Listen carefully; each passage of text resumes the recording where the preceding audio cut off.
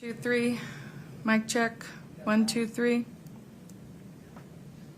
I know Boris is on the phone with Darren. Yeah, thank you. Yep. We got it now? Yeah, we got it. Oh, thank you. Okay. We'll get this. Well, wait. Okay, time's a ticking. Yeah. We gotta clean up our mess. Do you know why the screen is not showing?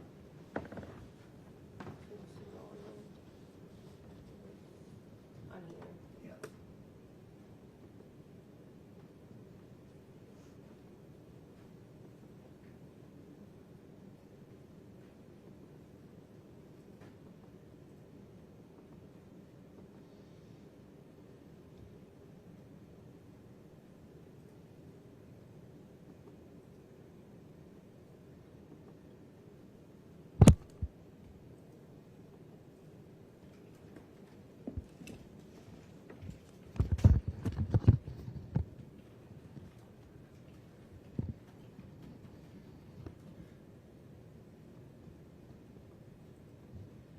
Yeah, signal.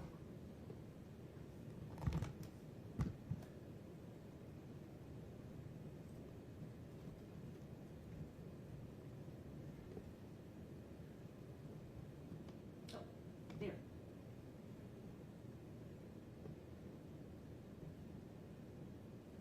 There.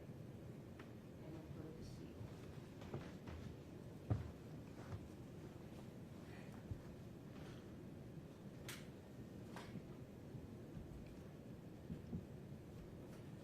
Okay, so if we're good on audio, then we need to mute it so we can send this link out.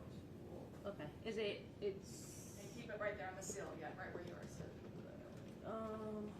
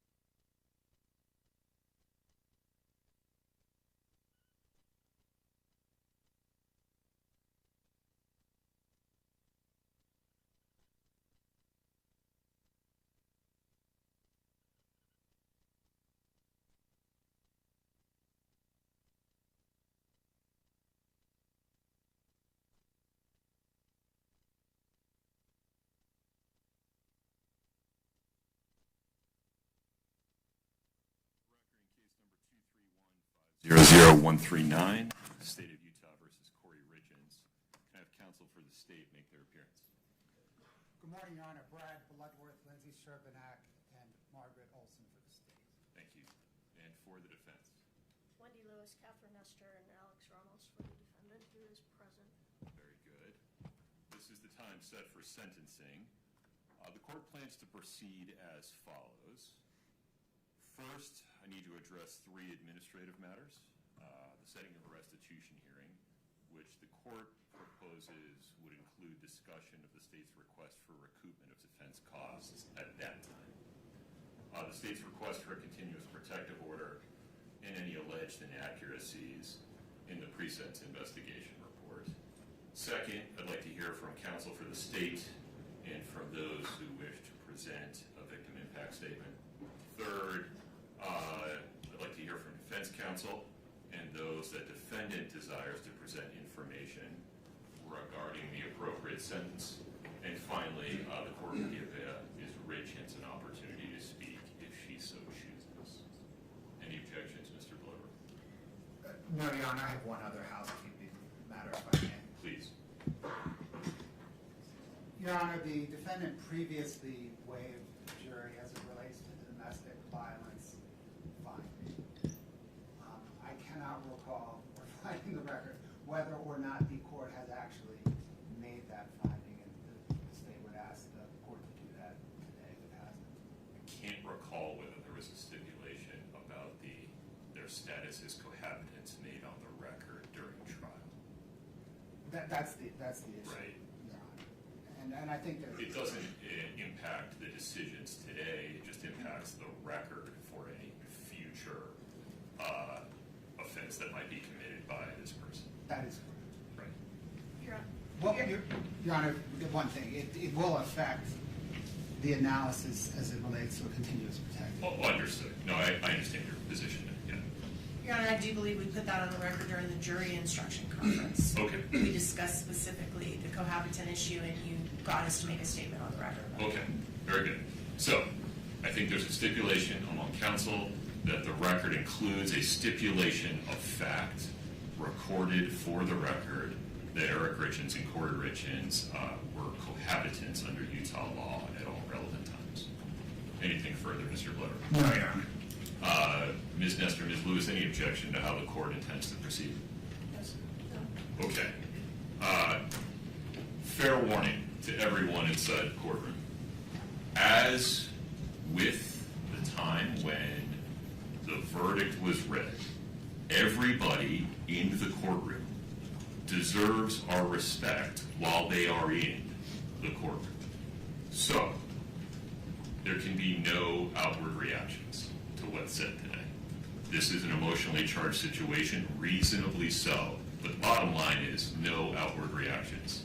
If you feel overcome with emotion, please look down, keep your hands folded in your lap. Moreover, to those that might be coming to the podium to make statements today, please make sure you're addressing me, the court, not other people in the courtroom.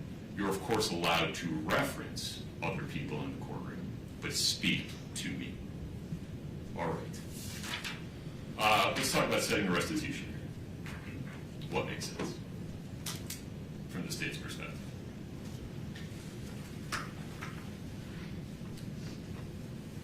Your Honor, the restitution amounts that the state is seeking are well known in the record, or the defendant,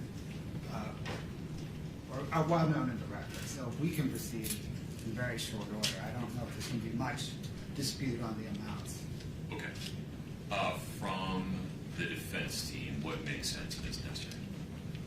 We need an opportunity to brief these issues and do a little bit of research. We were surprised by some of the requests that came The from us. recoupment issues? Yes. Fair enough. So we need to look into that. I know that I'm going to be out of town the first 2 weeks of June. I'm going to be out of the country, so if we could do it before or after, that would be helpful. After would work far better for me. Okay, same. So, other than that, Brittany, what would you recommend? Is there an afternoon on which we don't have a ton of stuff set on a Friday afternoon?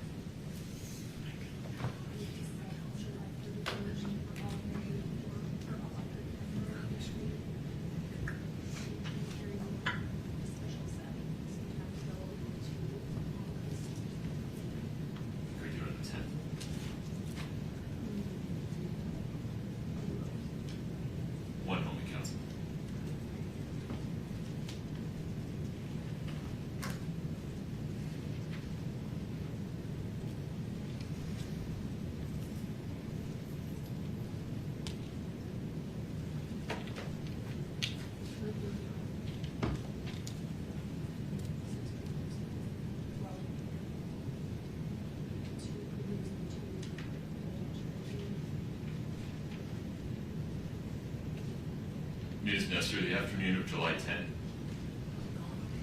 10. Ms. Lewis will be out of town, and that is the week we are doing the preliminary hearing in my case in Utah County. Understood.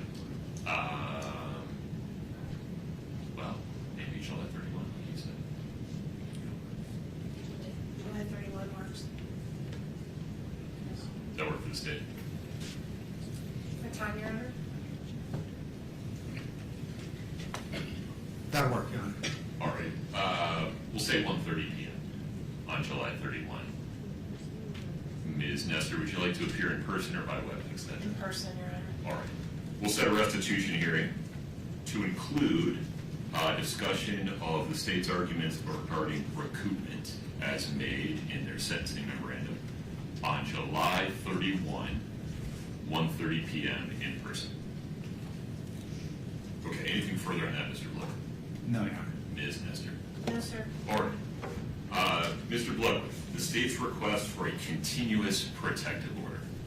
I looked hard at this. Let me relate some of my concerns and then have you respond to them, and then we can go from there. I looked at this, cases cited by the state, I looked at the statute, considered the absurdity doctrine.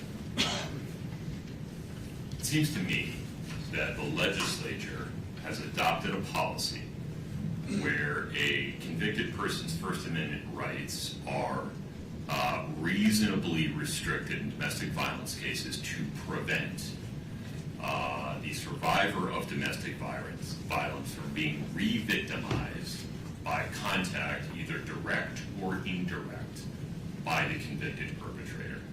And it seems that the legislature has recognized that a survivor of domestic violence can be re-victimized by the perpetrator contacting their family members or other household members. The statute contemplates that.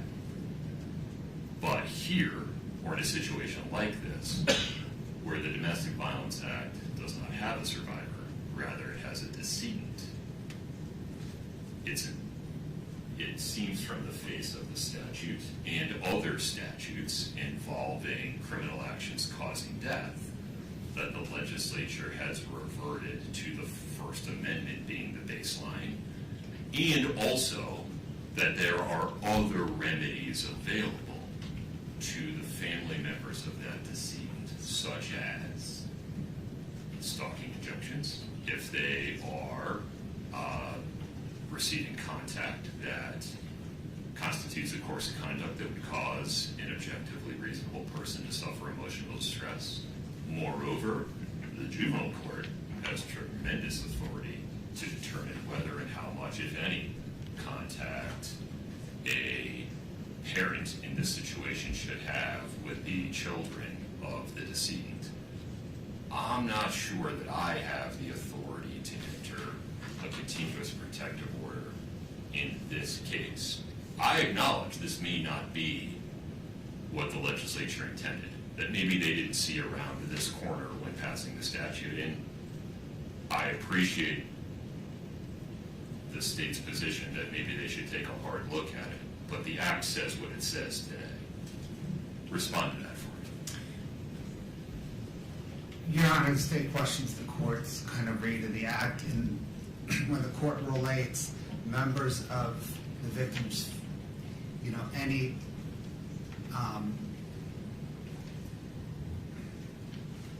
harm to members of the victim's family relating back to the harm to the victim, causing the victim harm. I think the plain read of the statute is, and it's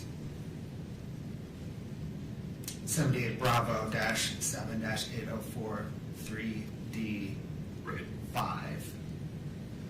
Necessary to fully protect the victim and members of the victim's family. Correct. The plain read of that sentence, Your Honor, does not say that the protection for the members of the victim's family does not, it does not relate back. It is a separate clause. It does not relate back to protection of the victim.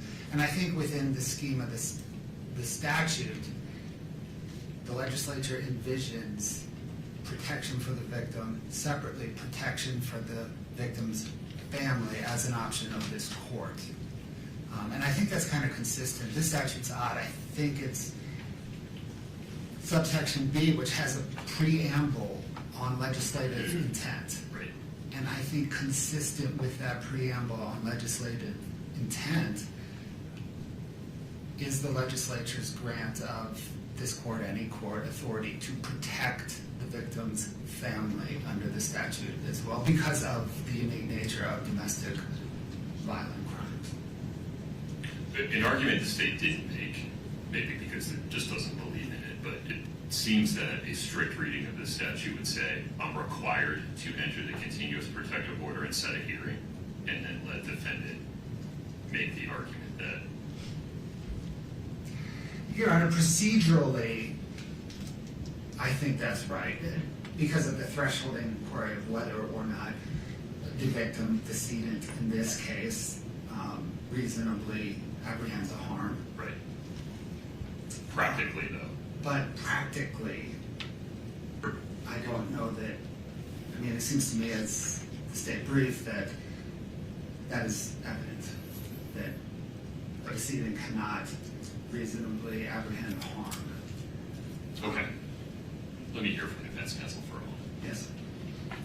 Your Honor, we agree with the court's original statements. We think this request for a continuous protective order is outside the purview of the statute. It's outside this court's authority. We believe it violates her First Amendment right. If these communications are not threatening, this would basically mean she could never send her sons a birthday card, a Christmas card, any type of communication. Well, pause there for a minute. Let's take the 3 boys out of it, because there's a whole separate set of concerns there, given that her parental rights have not been terminated. Right. And I don't have authority to do it. Correct. Juvenile court does. Right. But if we would talk just for the moment about the adult family members of Erin Richens, Well, it would mean that she could never reach out to them. right. Well, and that could create problems if they're the guardians of her children and there's an issue if she is given any type of parental input to major life decisions, to medical care, to anything like that she would not be able to communicate would be problematic. She has no intention of communicating with them outside of matters that have to do directly with the children. I also think this, well, you said you're setting the boys aside, so my other arguments, I'll deal with them. But as far as I can see, there's another courtroom where this could happen. There's another venue under which this could happen, and this is not the appropriate place to do it. All right, Mr. Bloodworth, any additional thoughts regarding the state's request for a continuous protective order? No, Your Honor. All right.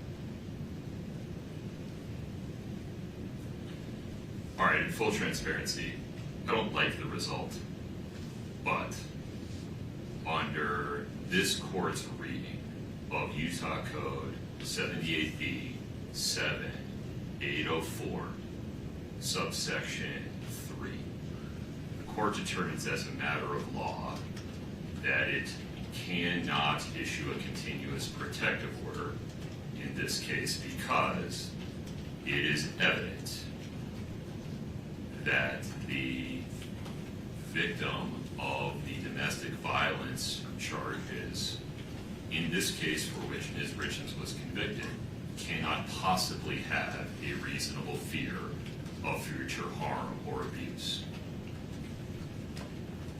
It very well may be that this is not the result the legislature intended, and I would encourage the legislature to take a hard look at 78B 7804 subsection 3 to fill this gap explicitly.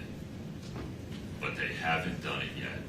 They know how to do it, and the court is not persuaded that this result is so far outside of what they could have possibly intended, given the overlay of the First Amendment, that the absurdity doctrine requires a different result. And so while the court hopes the legislature will make a legislative change that would provide protections for the members of the family of a decedent in an aggravated murder case like this. They haven't done it yet.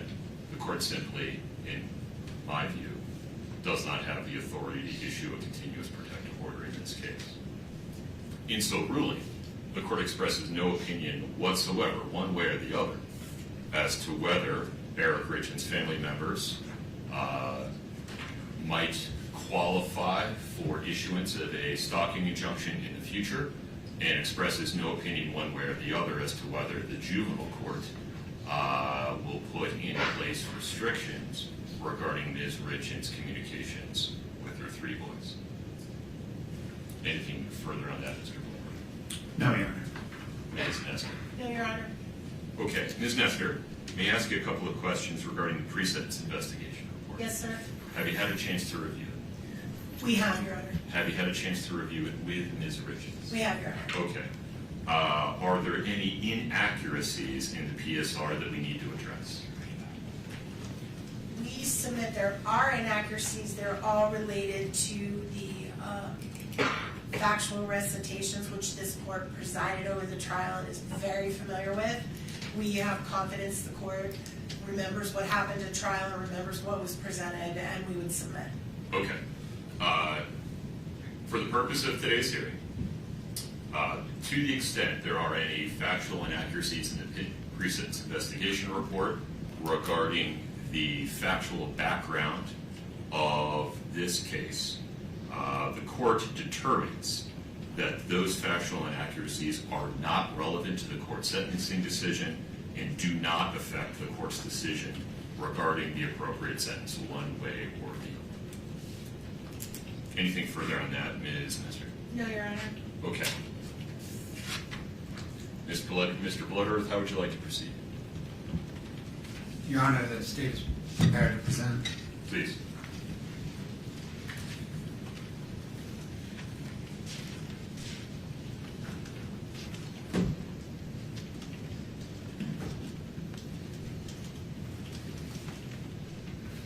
Your Honor, on Valentine's Day 2022, Kouri Richins tried and failed to murder her husband and the father of her 3 young children, Eric Richins.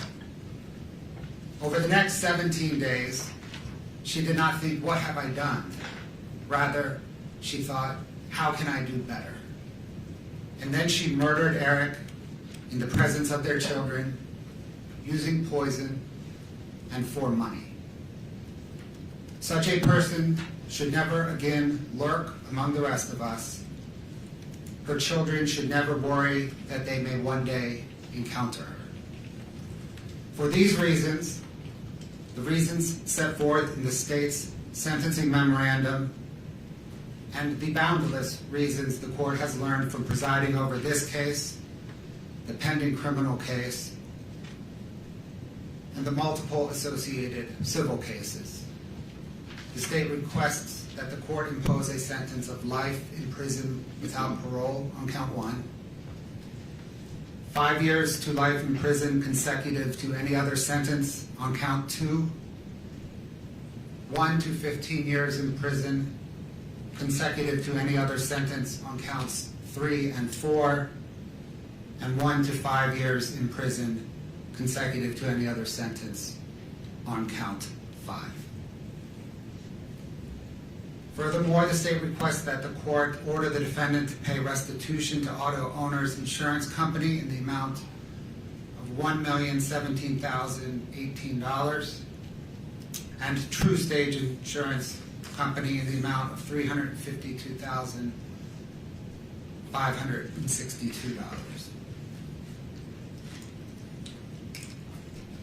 The state requests that the court order the defendant to pay recoupment to Summit County in the amount of $1,391,943. Kouri Richins earned this sentence. Her children deserve it. Only this court can order it. The court's time this morning is best spent hearing from a few of Kouri Richins' victims. Fathers are not meant to to bury sons. Gene Richens will present his victim impact statement first. Losing a sibling is losing a piece of yourself. Kouri Richins Benson, Clint Benson, and Dr. Amy Richens will then present their victim impact statements. There are no greater victims in this case than Eric's 3 young boys. The defendant took both of their parents from them. Jessica Black, who is Weston's counselor, Christina Greening, who is Ashton's counselor, and Sarah Barber, who is Carter's counselor, will then present the boys' victim impact statements. Your Honor, Gene Richens.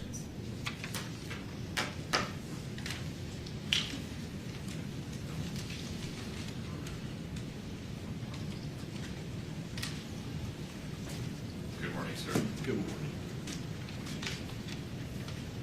Please take your time. Thank you. Thank you. Your Honor, my name is Gene Richins. I'm Eric's father.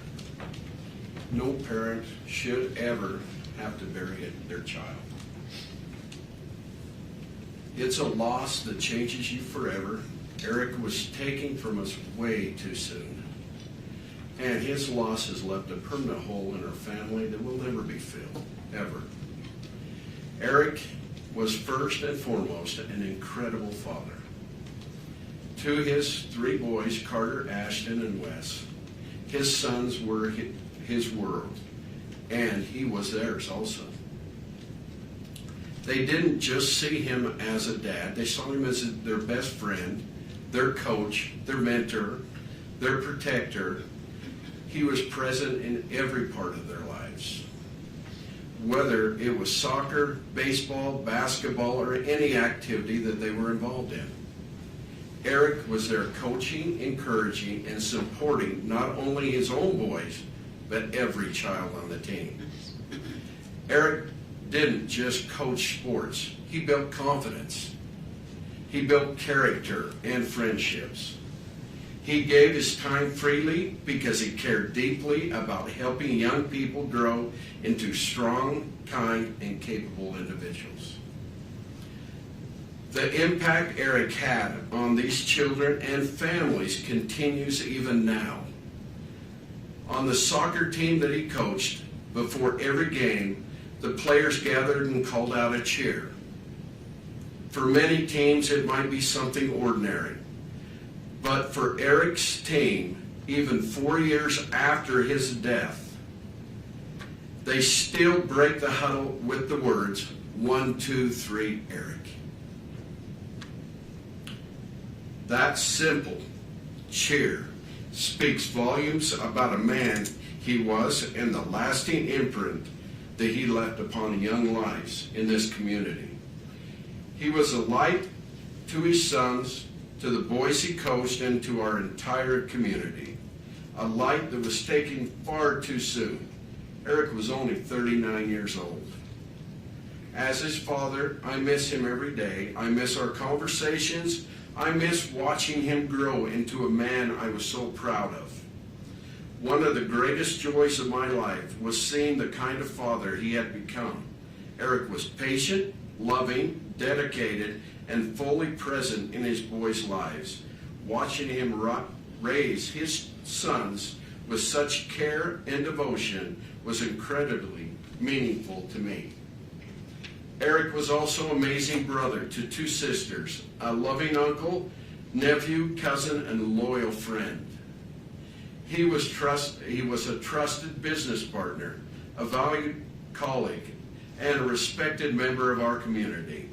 He was generous with his time, his energy, and kindness. He treated people with respect, showed gratitude even for the smallest acts of kindness, and gave freely of himself because that's simply who he was.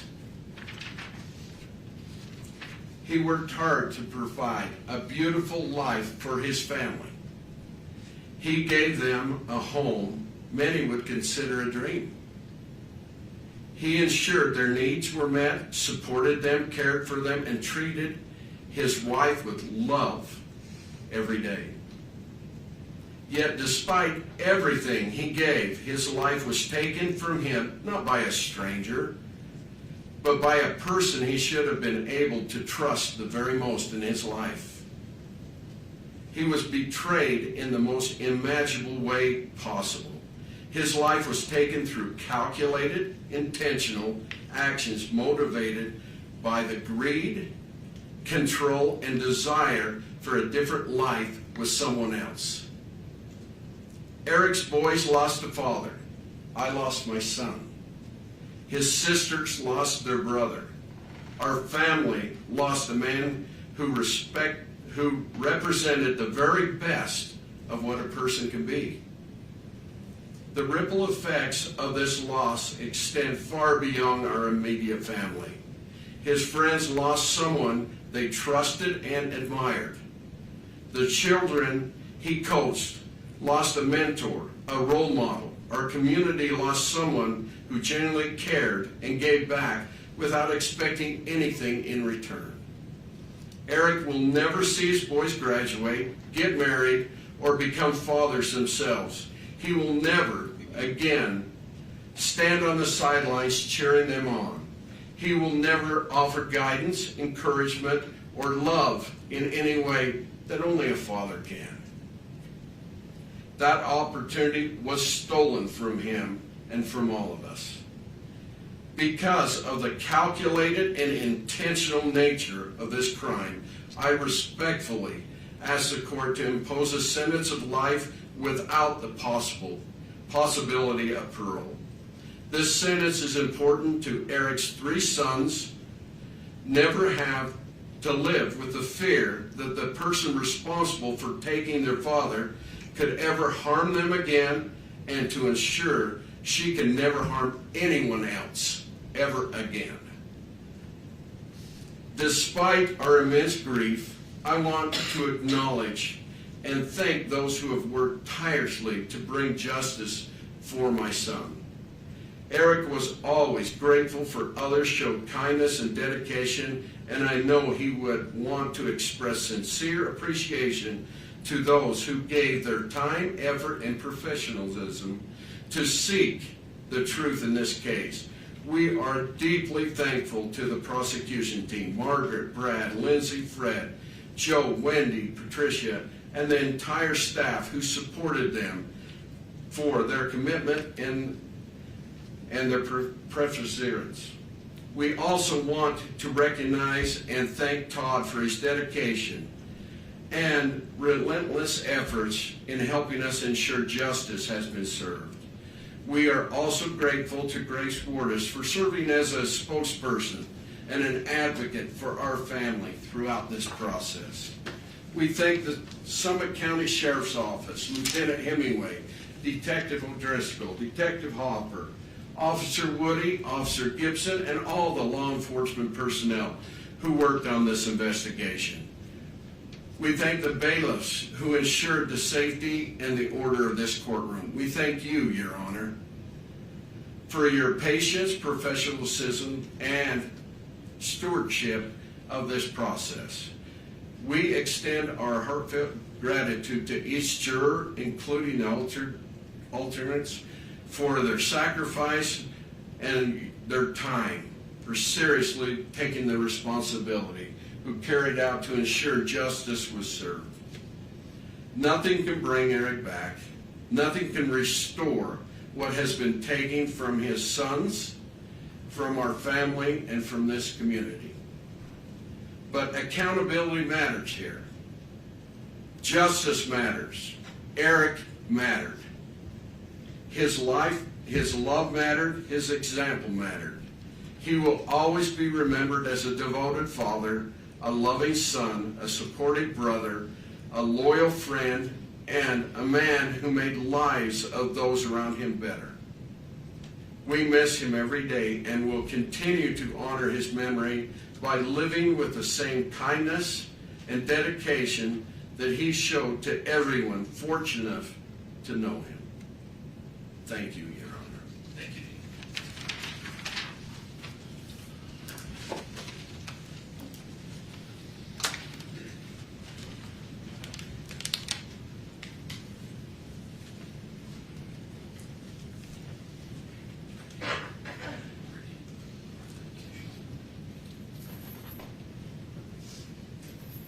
Katie, good morning.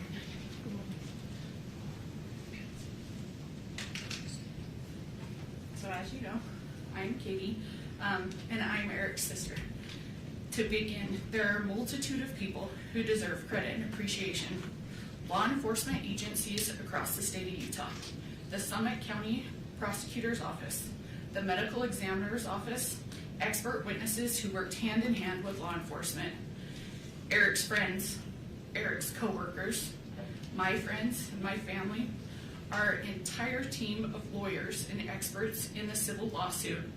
There are far too many people to mention by name, and I suspect if I try to, I will inadvertently leave someone out. But to all of you, please know that this would not be possible without your efforts, your support, and the strength of the community that has stood beside us. Both my family and I are forever grateful to each of you. I am also very grateful to you, Your Honor, to this court for the dignified manner in which it presided over the trial, and to the members of the jury for faithfully performing their civic duties. Today is Eric's birthday.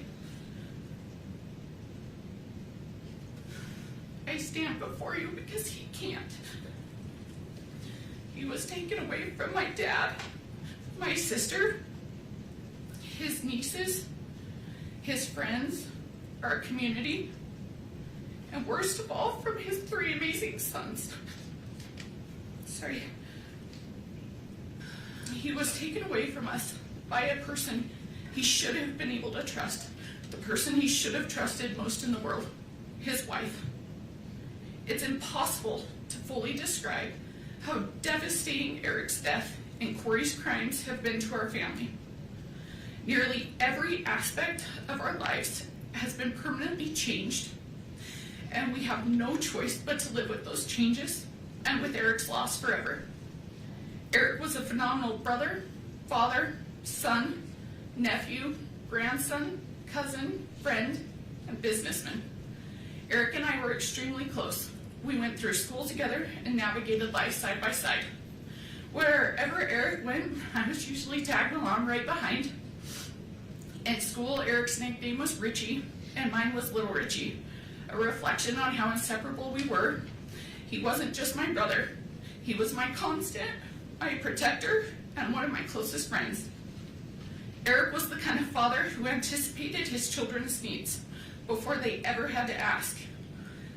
He made sure they were always having fun, taught them how to be respectful and kind, and was constantly planning for their future. His mind and heart was always on his boys, always. Everything he did was for them. Eric was the very best uncle. He made his nieces, my daughters, feel truly special. He always found ways to have fun with them. He doted on them with love and attention.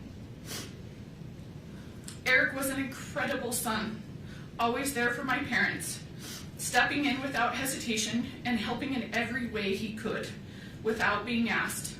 The bond he shared with my mom was truly special.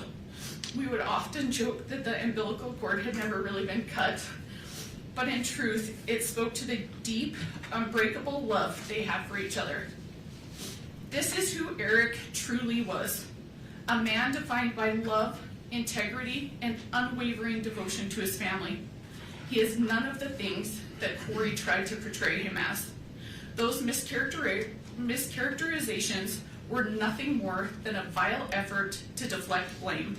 And those mischaracterizations stand in stark contrast to the reality of the man we all knew and loved. Eric's life and his actions and the profound impact he had on those around him speak for themselves, and they tell a story of goodness, strength, and character that cannot be rewritten or diminished. The saddest part for me in all of this is that I got something with Eric that his sons never did: time. I feel cheated that I only got to spend a few decades with my brother, but I should feel lucky in comparison.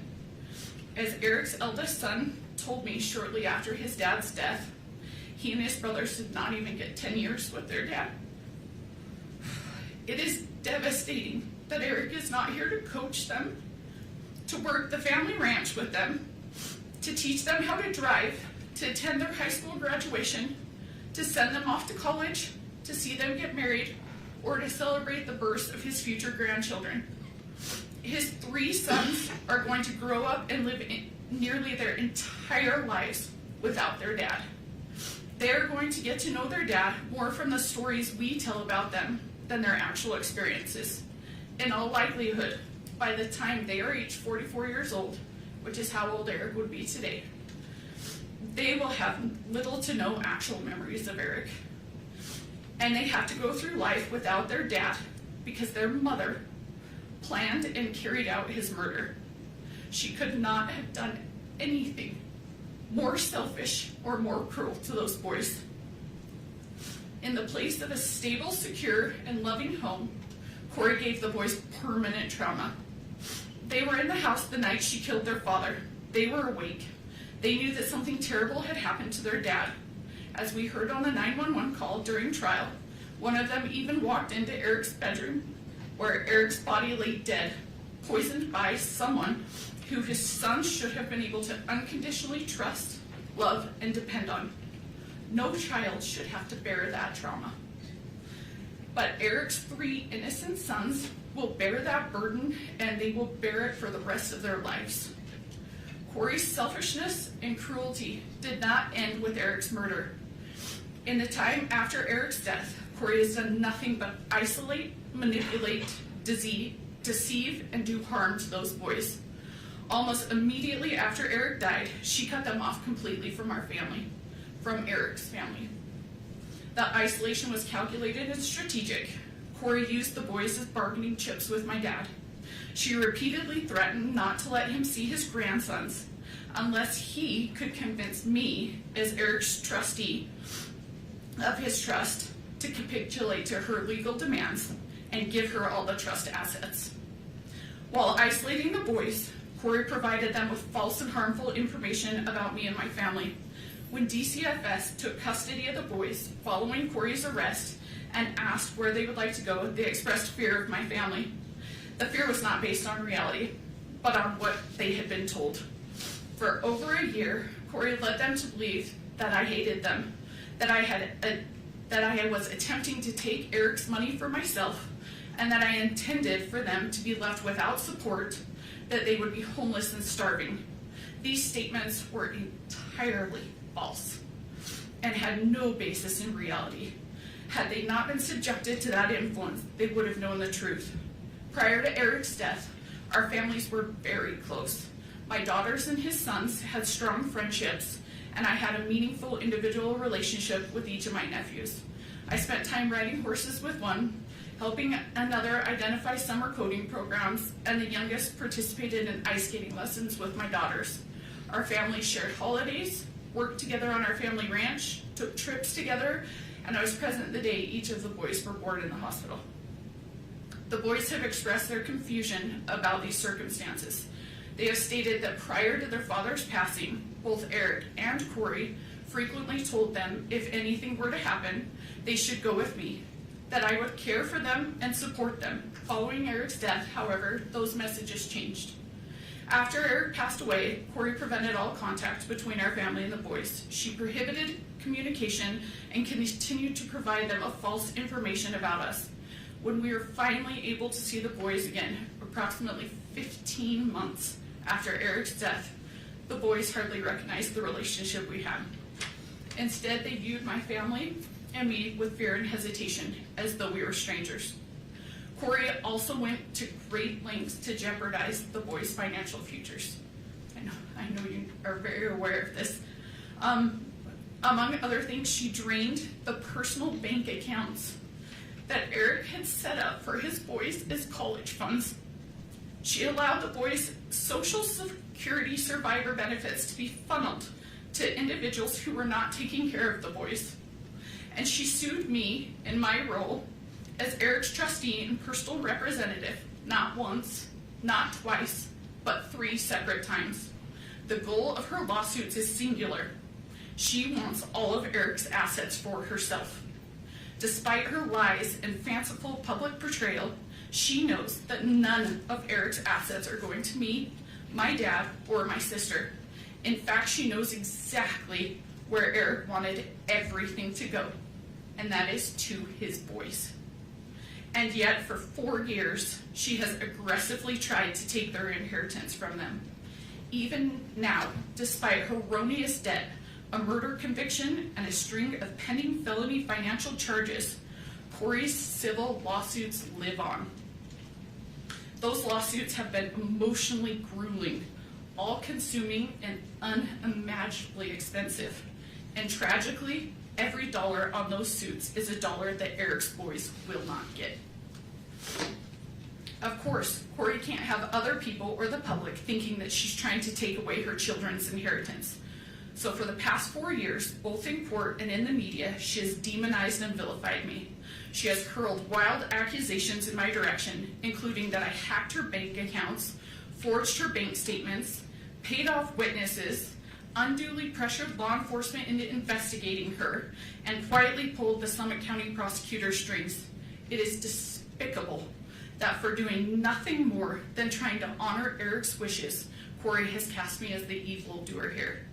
Just as bad, honoring Eric's wishes has landed my sister and myself, and unbelievably, my 2 daughters in Kouri's crosshairs. One of Eric's sons recently told me that Kouri used to say, "I will get them one day." Apparently, she was talking about me, my sister, and my daughters. Her infamous walk the dog letter, the part the jury did not hear, confirms her desire to harm me.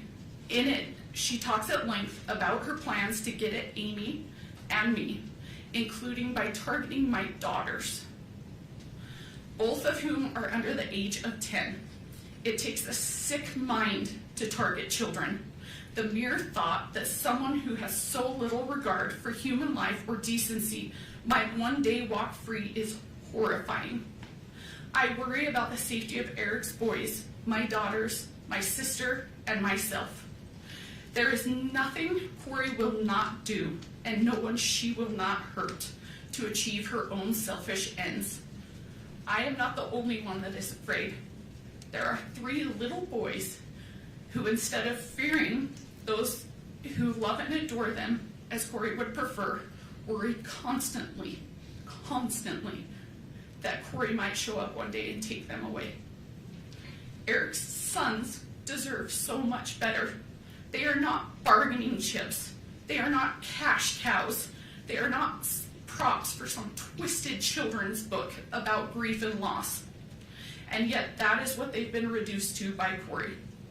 To my unending sadness and horror, Eric himself understood all too well the danger she posed to his children and to his family. When Eric told me he had changed his estate planning and appointed me as his trustee and personal representative, I begged him to end the marriage and go his separate way. By that point, he had already consulted with a divorce attorney and was deeply afraid that he might not be awarded sole custody of his children. He made the heartbreaking decision to stay because he could not accept the risk of what might happen to his sons if Kouri had equal custody. He told me he would live his life through hell every single day of his life until his youngest was 18, because he believed Kouri was the most evil person he had ever met. He knew that his sons did not like her. He told me as much many times. He knew that they would prefer to be far away from her, but he also knew that divorce carried significant risks. And he said he could never allow his children to spend half of their time alone with her, because he was certain they would be exposed to harm and things no child should ever experience. He made it clear that in his mind, if Kouri were given equal custody, his children would be in the care of someone he believed to be deeply dangerous. He feared the people they could be exposed to and the damage that could be done. At the same time, he spoke with deep love and admiration for his boys. He told me that they were the most amazing boys in the world, and that none of this was their choice and none of it was their fault, and that he would do everything in his power to protect them for as long as he possibly could. Kouri loves to go on and on about how this case is a media sensation. She's right. News outlets from here to Europe have covered it. There have been countless newspaper articles, podcasts, and TV specials about it. Every hearing is live streamed on numerous YouTube channels. Every filing is scrutinized by internet lawyers and true crime junkies. There is no question that this case is famous and that Kouri is now famous. But what Kouri never mentions in talking about her fame and notoriety are the reasons why this case is now famous. It is famous for how appalling and sickening it is. It is famous because a mother meticulously planned to kill her husband, killed him while their children were sleeping in the next room, and then had the audacity to hold herself out as the author of a children's book about grief and loss. It is famous because she spent time Googling luxury prisons for the rich in America. It is famous because from her jail cell, she scripted a bunch of phony testimony so that her brother could perpetrate a fraud on the court. It is famous because she victimized her own children and threatened to victimize Eric's nieces. The fame and attention are directly proportional to the evil that has gone on here. This is not a situation where the idea of rehabilitation should be entertained. In taking Eric's life for her own selfish gain, Kouri did not only harm Eric, she permanently harmed 3 kids who were under the age of 10. She took away a dad, a son, a brother, an uncle, a grandson, a nephew, a cousin, and a friend. Eric's death has caused immeasurable pain to so many. Obviously, there's nothing the court can do about that. And you cannot bring him back. But what you can do is give Kouri's victims at least some measure of closure. To that end, I ask that the court impose a sentence that ensures Kouri never has the opportunity to harm Eric's children or our family again. Please do not let my brother's life be worth nothing more than a 25-year punishment. Please do not leave those boys to wonder whether Kouri might track them or their children down in the future. Please do not create a possibility for Kouri to endanger Eric's boys, my daughters, my family, or anyone else ever again. Please sentence Kouri to a life in prison without the possibility of parole. Thank you. Thank you, Katie.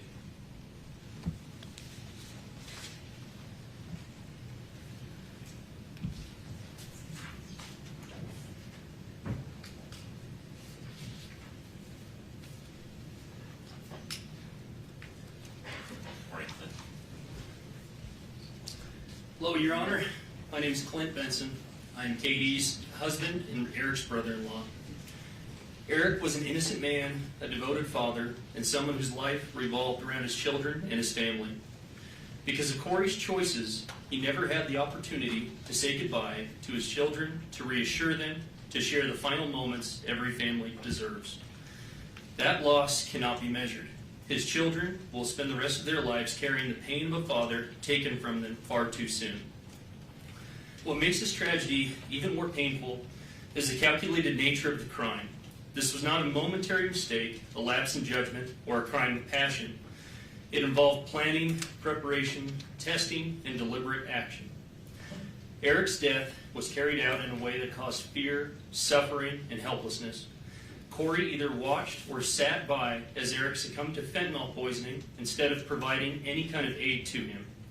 She was fantasizing about a dream life funded by Eric's death. Eric was killed in his home by a traitor sleeping next to him in one of the most cowardly acts imaginable. We are profoundly grateful to every investigator, prosecutor, detective, law enforcement officer, juror, judge, forensic expert, and public servant who work tirelessly and honestly to uncover the truth. Their dedication ensured that Eric's voice was not lost and that justice could still prevail. We are equally grateful for the incredible community surrounding us. This community has shown unwavering support and has been there for Eric's boys without judgment and through some of the most difficult times imaginable. The boys are succeeding and thriving because of the people around them who continue to provide support and look out for their safety. Going through every aspect of this murder easily led to a dark place while fighting against an individual focused on only chaos and vengeance.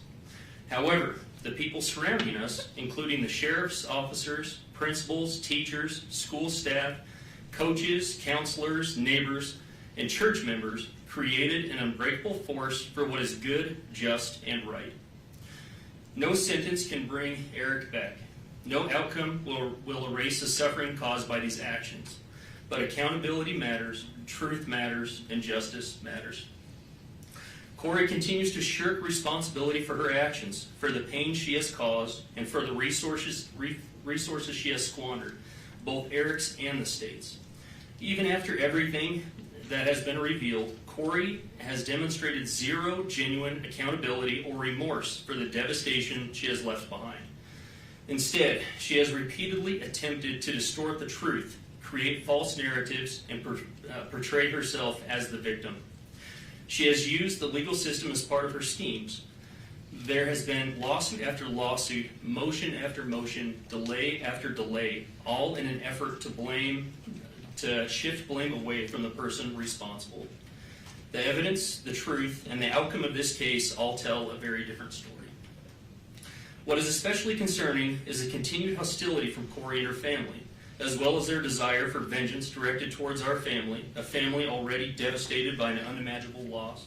Statements they have made about going to war and getting the Richens demonstrate an ongoing mindset rooted in blame, anger, and retaliation, rather than remorse or acceptance of responsibility. Kouri will continue to try to convince the public that she was a good mother through media outlets that choose not to research or report on the countless motions and facts presented in this case or other cases, but instead simply regurgitate the false narratives of a sick and evil person. Kouri and her family continue to plan media campaigns focused on lies, targeting anyone foolish enough to spend time listening to them. Kouri is not before this court because she was mistreated, because she is a victim, or because the Richens family manufactured a false narrative as she and the Darden family would like to portray. She is before this court because of the choices she has made, choices that resulted in Eric's death and permanent trauma to anyone who has loved him. Kouri chose pride, seeking to project an image of success. Kouri chose adultery and lust, prioritizing her secret lover over her husband and her children. Kouri chose fraud and greed, hoping to profit from Eric's death. Kouri chose murder, and she continues to choose vengeance against the victims of her actions. The time for Kouri to make choices is at an end. Now it is time for her victims to choose. Please let Eric's children have a chance to choose lifelong peace, comfort, security, success, and happiness. I ask this court to impose a sentence of life without parole, a sentence that truly reflects the gravity of this crime, the irreversible harm caused to our family, and the calculated choices that led to Eric's death. Thank you, sir.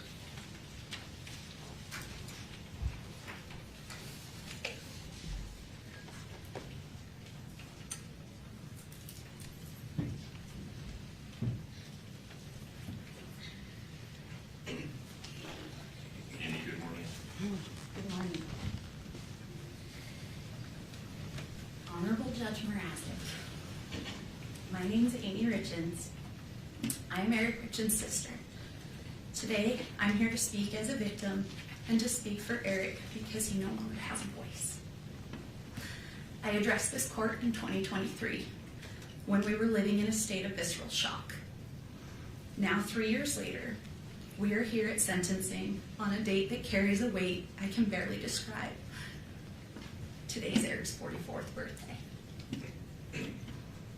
Birthdays are supposed to be proof of life, a day to celebrate another year of growth, Instead, today is a cruel reminder of another year Eric will never see, and a reminder of the fatherhood that was stolen from his 3 sons.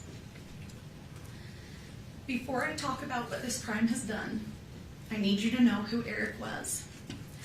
Not as a headline, but as a person. Over the course of this trial, so many people described Eric in strikingly similar ways. They called him outgoing, confident, funny, competitive, dependable, driven, and fiercely loyal. He was a leader, a hard worker, a rancher, a businessman, a coach, a best friend, a brother, a son. But more than anything, people described him as a phenomenal father. Eric had 3 sons, and he coached many of their sports teams. He was the kind of dad who showed up not just for his own children, but for everyone around them. Sometimes I think about all the children who lost him too, the kids he coached, mentored, and believed in. I cannot imagine the confusion and heartbreak they felt when someone who had become such a steady and trusted part of their lives was suddenly gone. Eric was a real person, a deeply loved person, and the loss of him echoes through every life he touched. On my 16th birthday, I was sitting in my 10th grade English class when I got a text from Eric that said, "Come outside." I walked out, and there was Eric, standing with flowers and that mischievous grin we all knew. I asked what he was doing there, and he just said, "Let's go. We've got to get a little mud on your tires." I had just bought my first truck, a used Ford F-150. Eric took me up into the mountains, and we took that truck off-roading for the first time. It was exhilarating and terrifying, but I felt safe because he was there. That was Eric. He made life bigger. He made people feel brave, and he protected the people he loved. That is the brother I lost, and that is the father his boys lost. In 2023, I told this court that I was tormented by the sequence of events of that night. Today, that torment has not faded. I still wonder when Eric realized he was in mortal danger. I wonder what Kouri said to him in his last moments. I am still haunted by the question, did his boys hear their father's final struggle? If Eric had died of an illness, we would have cared for him. If it were an accident, there would have been kindness. But there is no comfort here. In his last moments, after being intentionally poisoned, my brother was faced with the ultimate betrayal. Eric's sons were 9, 7, and 5 when their world was shattered. They are now 13, 11, and 9. These are the years when a boy learns how to be a man by watching his father. What makes this crime uniquely heinous is that their grief will never pass. It will reinvent itself at every milestone. This crime didn't just happen once. It happens every single morning when those boys wake up and realize their father is still gone. They did not just lose their father, they lost the life they knew. Eric's death didn't end the harm. It began a grinding process of re-traumatization. Early in this process, I remember being told this case would be a marathon, not a sprint. We did not understand how every hearing, filing, delay, and public narrative would reopen wounds all over again. As if losing Eric was not painful enough, our family was then forced to grieve under public scrutiny. After the publication of the grief book, our family became the subject of public narratives, attacks, and speculation. At one point, I received a message sent from a burner phone that said, "You think you're funny? Kouri will get the last laugh. Your jealousy is as disgusting as your family." Law enforcement later confirmed, through warrants, that the message came from Kouri. That moment stayed with me because it captured what these years have felt like. Not just grief, but intimidation and distortion. Yes, our family hired a private investigator. But when someone you love dies suddenly and deep in your gut, you believe something is terribly wrong, you do not stop searching for answers. The real question is not why would you investigate? The real question is, what wouldn't you do? What wouldn't you do for your brother, for the truth? I also feel compelled to address the emotional toll of the trial itself. As the designated victim representative, and more importantly as Eric's sister, I have a right to be present in the courtroom. Yet during the proceedings, I was essentially kept in the dark. Due to the courtroom layout, I could not see the exhibits or the evidence. When we requested simple accommodation, we were told that the trial was being broadcast on court TV and I could excuse myself and watch from home with the rest of the world. Being told that my right to be here was interchangeable with a television broadcast was a profound violation. I did not want to watch Eric's life and death as content from my couch. I didn't want to go home after a grueling day and listen and watch it all over again. I had a right to be here, to face the evidence directly. Still, to this day, I have not been able to rewatch the trial because it's so time-consuming and painful to relive. I still have not seen all the evidence that was presented. Your Honor, I need to say this clearly. Someday, those boys will grow up and look back at the records of this trial. I need the truth to be the only thing they find. The claims made against Eric's character were not just legal defenses, they were acts of secondary violence. Eric was a protector, not a predator. These lies were a desperate attempt to justify the unjustifiable, and they have added a layer of cruelty to our grief that is nearly impossible to bear. I also need to correct the record on a few misrepresentations. First, the prenup. It was provided well before the wedding, not in a last-minute way. Second, the incident between Kouri and me. I never touched her. Kouri pled guilty to assaulting me. Yet she and her circle have continued to spread false narratives. This is a pattern of distortion that has kept our family trapped in conflict. There is something that has haunted me for years. And I found out Katie was the exact same today. I begged Eric to leave too. I begged him to divorce her. But Eric was trying to protect his boys. People often struggle to recognize intimate partner violence when the victim is a man. But Eric's actions spoke for themselves. He documented conversations. He tried to protect himself. He knew after Valentine's Day that she had tried to poison him, but he also believed that if he left, he could not fully protect his children. So he stayed because he was trying to keep them safe. This trauma has seeped into every corner of my life. And also, it has also deeply affected my own family and marriage. My husband, William, watched me be consumed by the pursuit of justice. For 4 years, we have lived in a constant state of stress, grief, and emotional exhaustion.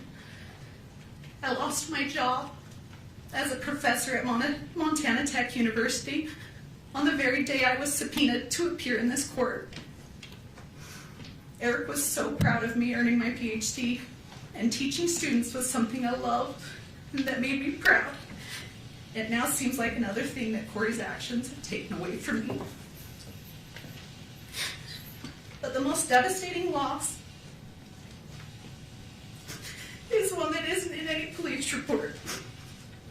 Because of the unrelenting stress of this investigation and the constant attacks on our family, I suffered a traumatic miscarriage of twins. We lost our children.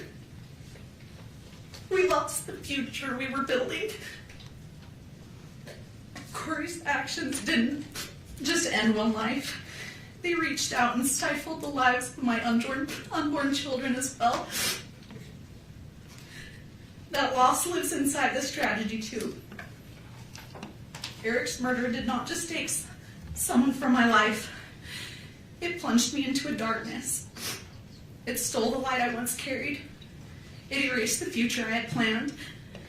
Every day, I wake up and step into this same crushing emptiness, where time itself feels frozen and meaningless. The laughter of my future children, the warmth of my family, the simple joy of waking to a new morning, all of it has been devoured by this crime. This grief is limitless, resembling the ocean. Sometimes it softly touches the shore, other times it pounds against it with fierce force. Occasionally, it surges like a massive tsunami, overwhelming everything. These changes can occur suddenly, and like the ocean, it cannot be controlled. I didn't just lose my brother. I lost my sister-in-law. I lost someone I considered my friend. We'd had good times together. That loss is so complicated now, Your Honor, because it forces you to grieve someone who is still alive while facing the horror of what they have done. It is grief that doesn't resolve. It just sits there heavy every day.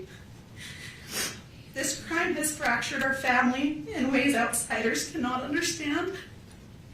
One of the most painful realities is that my husband and I do not get to see our nephews. This tragedy has created a wall of trauma between us, and that feels impossible to climb. Because of this crime, we are no longer present in those boys' lives the way Eric would have wanted. In 2023, I told this court I never knew evil like this existed. Everything I have witnessed since has confirmed that. Kouri did not just kill Eric, she attempted to kill the spirit of everyone who loved him. She lied to his children, she lied to the world, and has shown no remorse while dancing on his grave for profit. Your Honor, a parole-eligible sentence is not a conclusion. It is a reoccurring nightmare. It guarantees that every few years, Eric's sons will be notified that their father's murderer is seeking freedom. It forces them to relive the trauma repeatedly for decades. Eric died trying to be his children's shield. He can no longer protect them, so now the responsibility falls to this court. I ask you to provide these boys with the finality and safety they deserve. I ask you to ensure that the noise of Kouri Richins never enters their lives again. For the years of suffering we have endured, for the children who will grow up without their father, and for the life she stole from Eric and the peace she stole from us, I respectfully ask that you sentence Kouri Richins to life without the possibility of parole. Happy birthday, Rico. Thank you.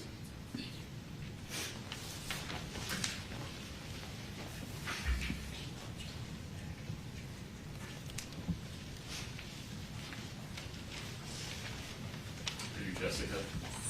Good morning. Good morning, Judge. Take your time. My name is Jessica Black. I'm a licensed clinical mental health therapist and a registered therapist. Myself and my colleagues are here today to read the victim impact statements for 3 children. We are here as advocates on their behalf. After a developmentally appropriate process, the boys were able to decide individually how they wanted to share their statements, and this is what they chose. Our roles are to read their words exactly as they wrote. The boys want the court and the world to hear their side. This is from WR. I woke up to sirens, and there were a lot of people at my house, and I was definitely scared. I felt confused. I was in a bedroom with my brothers, and I didn't know what was happening. At first, I was really scared because I didn't know what was happening, and I had no control, and I felt helpless. I felt really overwhelmed. After my dad died, Kouri would put us in the basement while she was with the neighbor. I felt scared because I thought something really bad was happening again. She would take me to places that smelled really bad. Everything she did made me feel uncomfortable. When someone talks about Kouri, it makes me feel hateful and ashamed. She took away my dad. It's made me have a hard time trusting people. I was scared that Kouri's family would come to my school and take me. I had to go to counseling with DCFS in Heber, and I did not like it. DCFS made me talk to Kouri, and I couldn't do things that I wanted to do. I felt not important to anyone. I feel a lot better about myself now than I did with Kouri. I can't ever see my dad again. I want her to go to prison forever. If she got out, I would be so scared, really mad, and I wouldn't want to go with her anywhere. I'm worried that she would take me away from Katie and Clint. Once she is gone, I will feel happy, and I will feel safer and relaxed, and trust people more. Thank you.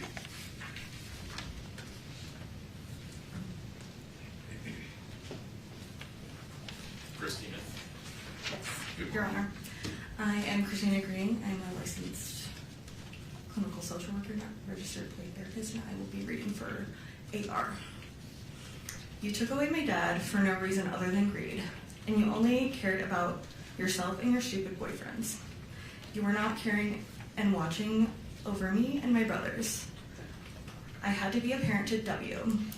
C and I would walk him to the bus stop, feed him, and watch him. You were not concerned about our health. When we got hurt, you didn't even care. When C got ran over by a side-by-side, you still made him go to the soccer game that day without taking him to the doctors first. You would lock C in his room, and I would have to go to the kitchen and bring him food. You shamed us when we didn't want to eat uncooked lasagna you made. We threw it away because we couldn't eat it. Then you made us watch videos of children starving in war areas. You wanted to scare us into eating something that wasn't cooked.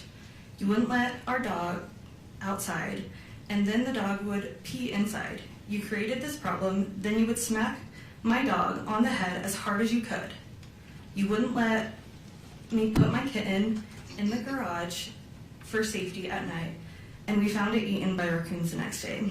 You wouldn't let us turn on and use the heater lamp for the chickens and bunnies, and they froze to death. You would always argue with my dad and lock the door. You were not playing the role as a real mother does. You were doing the opposite. Now my dad can't be my coach anymore, can't be at any of my games. He won't be at my birthdays. He can't teach me how to drive. He won't be at my graduation, and he can't take me camping or fishing. You made me paranoid about sleeping on my dad's side of the bed by saying I might die or get harmed when I was just trying to be close to my dad after you killed him. You took away everything from me and my brothers. I don't want you out of jail because I will not feel safe if you are out. You have never said sorry for anything that you have done to me and my brothers. I don't want you to hurt anyone again. I know that you will need to stay in jail to fully take accountability for what you did to me, C, W, and my dad. With you in jail, I will be able to continue to feel safe and live a happy and successful life without fear of you hurting me or anyone I love. Thank you, Your Honor. Thank you.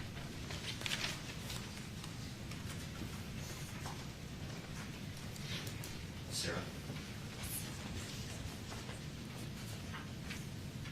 Yes, my name is Sarah. I'm a licensed clinical social worker and registered play therapist, and I'm going to read the victim impact statement for CR. My name and age now, my name and age I was at the time of the crime. CR, age 12, now 13. I was 9 when my dad was murdered. What I would like to see happen if the perpetrator is convicted of the crime, I would like to see Kouri get a life sentence. My thoughts regarding an appropriate sentence for the person who is accused of this crime and if they are found guilty. I think Kouri should get a life sentence because what she did is very sick, because it had no reason to happen and it impacted a bunch of people, including me.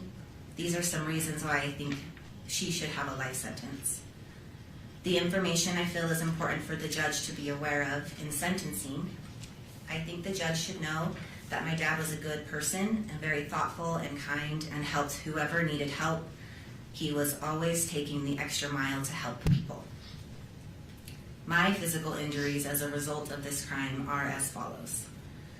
I was sleeping, and then I went to get a drink of water, then went back to bed. And when I woke up shaking and Bailey called the ambulance and they came and I couldn't talk for a while, I think Kouri had something to do with it because she didn't call the ambulance. She called Bailey, and Bailey called the ambulance. At the ER, Kouri resisted to have my blood drawn, and kids who usually have this kind of seizure is when they are a few months old to a year old. I learned later that Kouri bought more fentanyl and had it in the house when this happened. I think this is what happened. She did what she did to my dad in the living room. My experienced emotional injury because of this crime is described as follows. Sad. I feel mad that I have to feel sad. I went from being scared for my life to feeling really good. I was scared for my life because I didn't eat that much. Kouri was always drunk or gone. I was always locked in my room. I can't remember, but I am pretty sure the lock was on the outside. Kouri threatened she would kill my lizard because we didn't want to watch some weird show with her. All of our chickens died because there was no food or water. My rabbit died because we didn't have food or water. The goats almost starved to death because she bought moldy hay and she didn't water them. Nothing ever got fed or watered. It didn't feel good to worry about my animals. I felt like I had to take care of my siblings. Ash mostly took care of me though because I was locked in my room. Ash would bring me food. Kouri would lock me up if I told her she was drunk. This happened pretty much daily. I feel angry that she locked me in my room. I am angry almost all my animals died. I am angry she threatened to kill them. I am angry she killed my dad. I started to feel really good when I moved into a safe place. It was safe because the people around me were safe, Katie and Clint. I felt safe at Jake and Shalina because I wasn't with Kouri anymore. Counseling. I feel annoyed that I have to go to counseling and tell the story about what happened 55 million times. I feel better now because I know it's to help me. I would like to not have to go to counseling. I would like to have to not worry about anything after this trial is over. I want the judge to know I hope Kouri gets convicted to a life sentence. Kouri is always drunk. I want the judge to know my dad was a good person and I miss my dad. I miss my dad, but I do not miss how my life used to be. I don't miss Kouri, I will tell you that. Thank you. Thank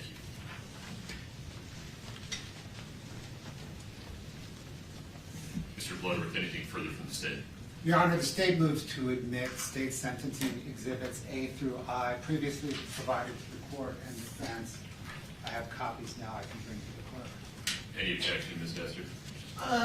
Yes, we do object to some of those being on the public docket, and we can, if we want to take a break, we can go through that with the prosecution. I actually sent him an email asking if they would be filed publicly. His response was no, so I was unaware that he was going to do that. Admitting them and filing them publicly are two different things. Any objection to their admission? Not to their admission, only to their public filing, Your Honor. Okay, we can work that out. States A through I are admitted. I need a break. We'll be in recess until 11:10. If during that break you and Ms. Nestor would come to some consensus about what the defense wants to have listed as private and or protected depending on the content. Your Honor, the state agrees all should be Okay, private. understood. That's the order of the court. We'll be in recess until 11:10. Follow the directions of the court security director and the bailiffs in terms of how to leave and re-enter the courtroom. Thank you.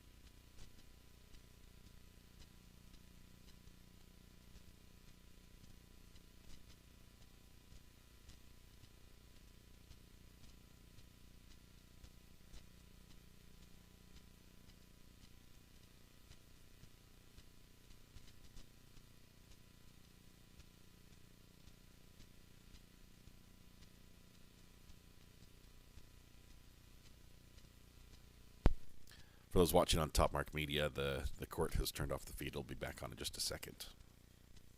All right, sorry, I just have to tell the other channel.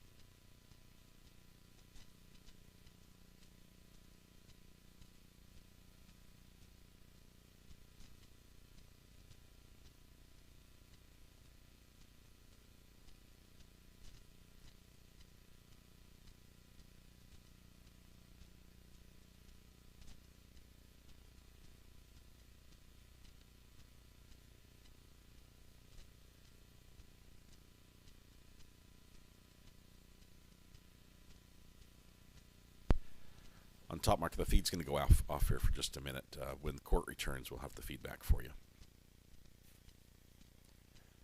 All right.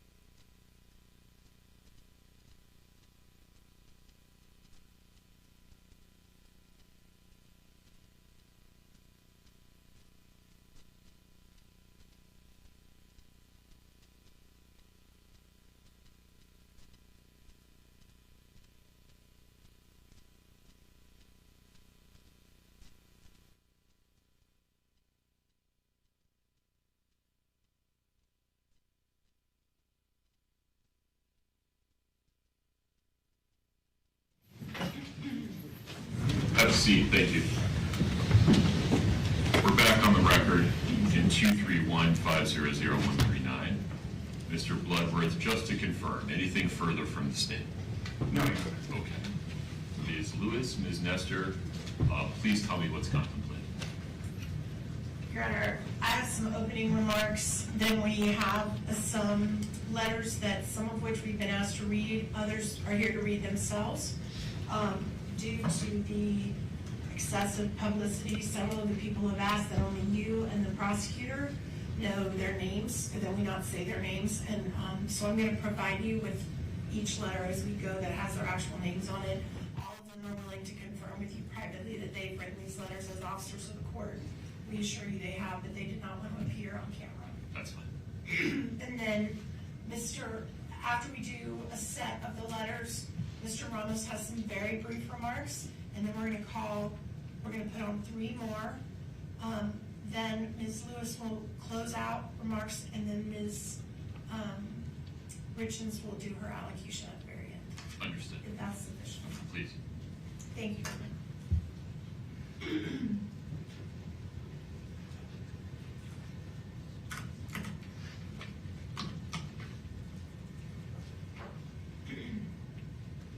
May it please the court. Excuse me. We began this journey when Kouri Richins stood before this court, stood before your honor, and entered a plea of not guilty. And now, after being convicted by a jury, she stands before you again. And on this day, she will tell you again that she did not do what she has been convicted of doing. And that is her right under the law. And we, her advocates, we are tasked with a sacred duty, a duty to protect and preserve her constitutional rights at all costs. In the face of criticism, scorn, and ridicule from the public, the media, and anybody else connected with this case, we have been committed to our duty throughout this trial, and we remain so today. It is our privilege and honor to stand beside Kouri. We believe in her innocence completely. And we will continue to stand by her as she takes her appeal to the next level, to a higher court. But that battle remains for another day. Today, she stands before you, convicted by a jury of 5 felony counts. We recognize and honor that this court is also tasked with a sacred duty, a duty under the Constitution and laws of our state to decide the appropriate sentence in light of Ms. Richens' convictions. The enormity of that responsibility cannot be denied. Everything we will present to your honor today is submitted for your consideration with an abiding faith in the court's commitment to its sacred duty, and in the prayerful hope that mercy will prevail over calls for retribution. As the state has conceded in their briefing, in order to decide an appropriate sentence, it is right and just for this court to look not only at the conduct for which Kouri Richins has been convicted, but also at her entire life. The good things she has done, making her worthy of the mercy of this court. Things such as the personal traits and characteristics that suggest she is not the monster that the prosecution portrays, but a human being, a mother, a daughter, a sister, a friend, a person that has made mistakes, but a person who has loved deeply, a person who's completed acts of kindness and love and care toward others, a person who's contributed to her community, a person who, even in the darkest time of her life, reached out to help others who were incarcerated alongside her, a person who unselfishly tried to ease the pain her family and friends experienced as a result of this case. Now, we have asked people who know Kouri the best to show you the person they know and love. You will hear from family and friends who saw her the most. You will hear from people who worked with her. You will hear from people who spent time with her since she's been incarcerated and have seen how committed she is to rehabilitation while she's in jail. Even more telling, you will hear how she's helped others even when facing unbearable situations in her own life. All of these individuals will reassure this court that she can be productive and make positive contributions in a carceral setting. You've heard from the state their cry for the harshest punishments available under our laws. Yet you also presided over this trial. You saw the evidence and the absence of facts that would justify such penalties. I am sure this court is aware of what a sentence of life without parole actually means in a prison setting. These individuals are locked down in their cells 23 hours a day. They are not provided with the opportunity to participate in programming, seek education, work at jobs in the prison. For all intents and purposes, they are treated as death row inmates. They are denied in-person visitation. They are stripped of any sense of community or humanity. They have no hope of any future reunification with the people they love. Out of the thousands and thousands of cases that go through our criminal justice system, less than 100 individuals have been determined to be worthy of a sentence of life without parole. And that is because judges throughout this state understand that such a sentence presumes that an individual is wholly incapable of redemption or rehabilitation and should be punished in the worst way imaginable until they die alone in a cage. And Ms. Lewis will talk more about that later. But in the meantime, you're also going to hear from 3 people who've never met Kouri Richins. They know nothing about her case, but they know about what life without parole means. You are going to hear from a mother whose son was murdered, and how many years ago she was in the position that the Richens family is in now. You will hear about her journey to forgiveness, and how after many years she came to regret seeking the penalty of life without parole for her son's killer. You will hear from a woman who understands how Kouri's boys feel. Her father killed her mother and was sentenced to prison. You will hear how she learned to forgive her father and how she's enriched her life through finding her way into a relationship with him again. And you will hear from a former prosecutor, someone who sat right where Mr. Bloodworth sits now, and how he personally witnessed the rehabilitation and tragic end of an individual he put behind bars for life. All of these perspectives are important because they remind us and the court that the recognition of the precious gift of life takes many forms and can change over time. They remind us that the decisions made by this court today can reflect our own humanity and inspire us all to have hope and believe in forgiveness. Finally, Your Honor, you're going to hear from Ms. Richens herself.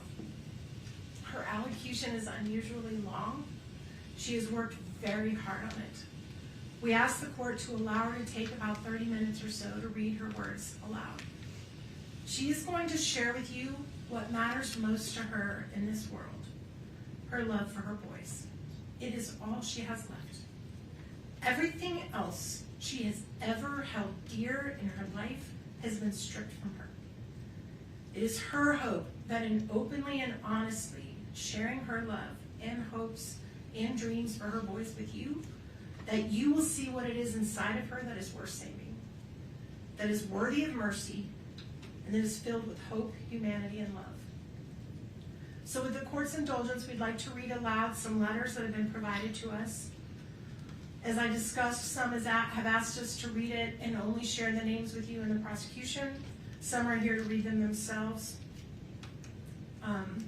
And we are grateful to the court's indulgence to listen. And we're going to start with a letter from Kouri's mother, and Ms. Lewis is going to read that letter. And I have a copy of it that I'm going to provide so the court can read along if you like. And I also have copies for the prosecution as we go. And we will add this to the information as part of the record. Thank you, Your Honor. Not public. Understood. Yes. Thank you. Thank you, Your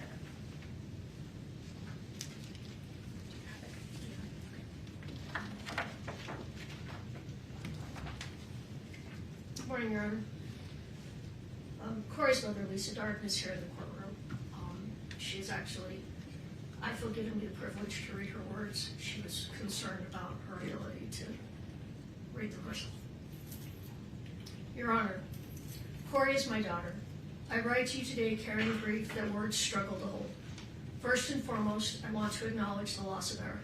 He was my son-in-law, my friend, and a truly wonderful father. Eric had a kind heart and a generous spirit. He was deeply loved, and he will never be forgotten by me or by the many people whose lives he touched. Eric once saved my life, and I have carried that gratitude with me every day since. His legacy lives on most clearly through the 3 beautiful boys he left behind. Your Honor, I speak today as a mother and as a grandmother. The children are my greatest concerns. These 3 boys have endured unimaginable loss and upheaval in their young lives. They lost their father, then their mother, then the sense of safety and continuity every child deserves. Their world has changed again and again through no choice of their own. Whatever sentence is imposed will shape their lives forever. Whatever sentence is imposed, that was their choice. I will continue to watch the boys grow, whether at school events, or sporting activities, and throughout their lives. I will keep them in my prayers, hoping they grow into emotionally stable and resilient young men. Kouri is more than the worst day of her life. She is a mother who has devoted herself to her children since the day they were born. Before all of this, she was deeply involved in their schooling, their sports, their faith, and their community. She coached teams, volunteered weekly at school, led youth programs, and taught her boys compassion through service, from food banks to flood relief to helping firefighters and families in need. Her life centered on her family and on helping others. In many ways, everyone impacted by this case has suffered loss. However, the greatest burden has fallen on 3 innocent children. These boys have experienced repeated disruption and trauma at an age when stability is essential. Before these events, they lived in a loving home with 2 devoted parents. They were surrounded by family, supported emotionally and financially, and deeply connected to both their mother and father. Their lives revolved around school, sports, family traditions, and feeling safe and loved. That sense of security was taken from them in stages. First, they lost their father suddenly and without preparation. They were informed by officials rather than being guided gently by a parent, a moment that forever changed their childhood. Their mother then spent more than a year helping them navigate grief, modeling compassion and emotional resilience, and working closely with them to understand loss in age-appropriate ways. She even found creative ways to help them cope emotionally during this painful period. Then, they lost daily access to their mother. Once again, they were told life-altering news by strangers rather than family. The boys were moved between placements, disrupting routines and emotional progress, despite beginning to feel settled and supported. Throughout this time, they maintained a meaningful and positive relationship with their mother through letters, phone calls, visits, and counseling. Later, they were moved again, against their expressed wishes, away from family caregivers and trusted relationships. Each transition compounded their confusion, anxiety, and grief. Children need continuity to heal, yet these boys have experienced repeated separations from the people they rely on most. As a grandmother who helped raise these children, I have also lost daily contact with them. They were a central part of my life, just as I was part of theirs. The separation from their maternal family has been devastating, not only to me, but to the boys themselves, who deserve access to all safe and loving family connections. Your Honor, these children have already endured more than most adults will in a lifetime. Being placed in the middle of adult proceedings and repeatedly confronted with painful realities risks further emotional harm. They love their mother. They need reassurance, not fear, healing, not more loss. I ask the court to carefully consider the cumulative impact on these children and the importance of preserving their emotional well-being and future stability when determining your appropriate sentence. Your Honor, I ask the court to take a moment to consider Kouri Richins as a whole person, beyond headlines or assumptions, and to understand the life she built before this case. Kouri has been driven, disciplined, and committed to growth from a young age. She graduated from high school in 2007, completing her studies a year early. She continued her education and earned her associate's degree in 2010. In 2012, she obtained her bachelor's degree, the same year she became a mother for the first time. In 2013, Kouri married Eric, and together they began building a family. Their second son was born in 2014. Kouri continued pursuing education while raising her children, earning her master's degree in 2017, followed by the birth of their third son shortly thereafter. Professionally, Kouri has consistently worked to better herself and provide for her family. She obtained her real estate license in 2019 and later earned her general contractor's license in 2021, achievements that reflected her work ethic, independence, and determination. In 2022, Kouri experienced a devastating loss with the sudden death of her husband. Despite profound grief, she sought constructive ways to cope and help others, publishing a children's book in 2023 focused on helping children process loss. After her arrest in 2023, Kouri did not retreat from self-improvement. While incarcerated, she earned her paralegal certificate in 2025. In 2026, she completed her MBA, pursuing education under extraordinarily difficult circumstances. She continues to seek opportunities for further education, demonstrating perseverance and a commitment to growth. Your Honor, this timeline reflects a pattern of responsibility, resilience, and continued effort to better herself, even in the most challenging moments of her life. I would like to illustrate Kouri's character through her actions and the way she lived her life, particularly as a wife, mother, and member of her community. Kouri was deeply devoted to her family. She was a committed wife to Eric and a hands-on present mother to their 3 sons. Their marriage was built on partnership and mutual support. Kouri consistently supported Eric in his career, hobbies, and interests, including his involvement in sports and coaching. She encouraged his passions and stood by him throughout their life together. In return, Eric expressed his commitment to caring for his wife and children, and their shared priorities were apparent in the way they lived and parented. As parents, Kouri and Eric focused on raising kind, engaged, and active children. Kouri was closely involved in her son's education, sports, and activities. She volunteered weekly at their school, coached youth soccer and basketball, served as a scout leader, and was present at practices, games, and events. Her time, energy, and focus were always directed toward her children's well-being and development. Beyond her immediate family, Kouri consistently showed compassion for others. She was active in community service and believed strongly in teaching her children empathy through example. Together, they volunteered at food banks, participated in flood relief by filling sandbags for elderly residents, baked cookies for firefighters during fire season, and assembled care packages for families and individuals in need. She also helped ensure that children in the community had proper winter clothes by donating nearly 100 pairs of snow boots to a local elementary school. During the holidays, Kouri made extraordinary efforts to help others, purchasing, wrapping, and delivering hundreds of gifts to families who were struggling. She also demonstrated thoughtfulness in her extended work family by assembling personalized gift boxes and organizing holiday gatherings to bring people together. In 2023, following her husband's death, Kouri published a children's book designed to help grieving children process loss. She donated hundreds of copies to children who had lost a parent and visited schools to read to students dealing with grief. Although the book achieved some commercial success, her intention was not profit. It was to help children feel less alone during one of the most difficult experiences a child can face. Kouri has always viewed her greatest accomplishment as her family, her husband, her children, and the home they built together. Her loyalty to her family is unwavering.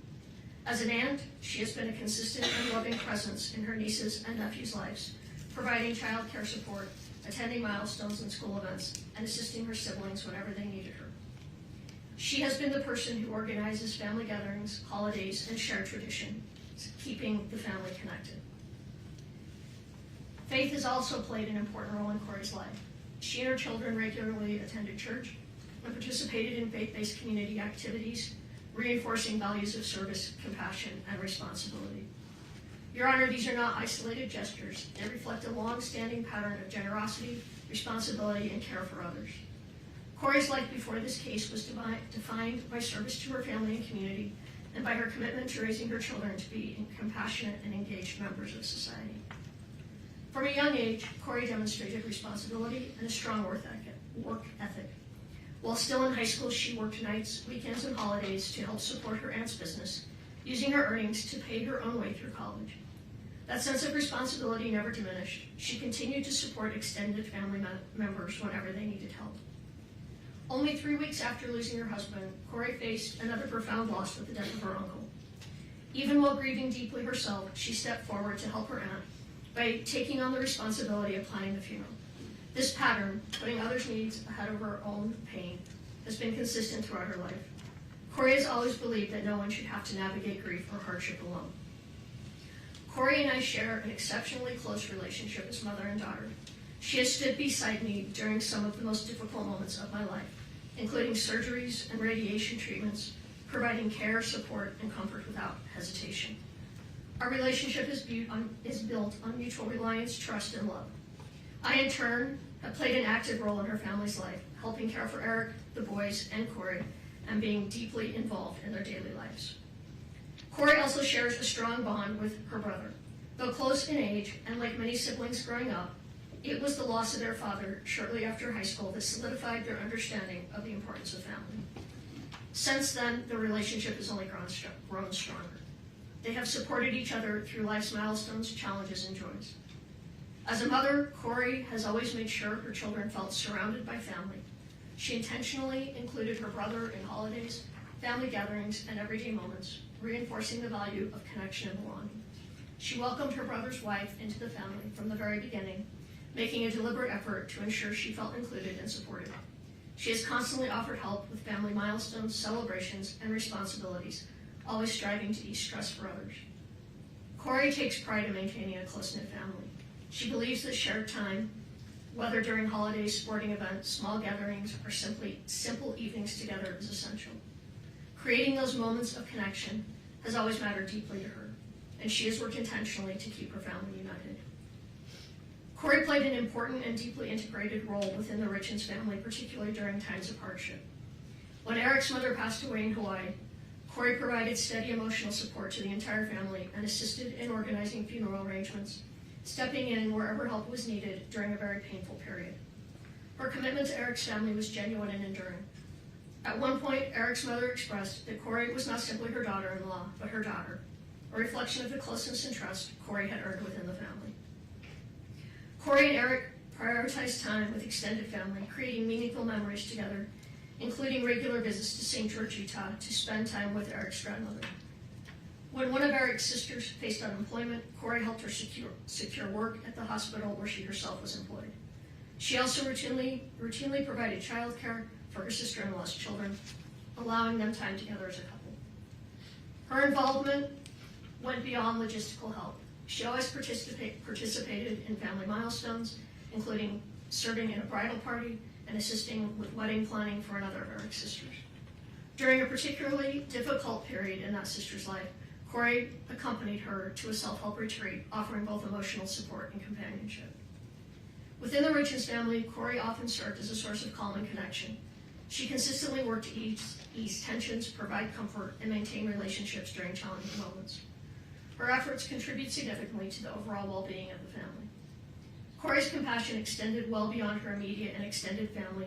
She opened her home to the parents of a friend whose house had been damaged, offering them a safe place during a difficult time.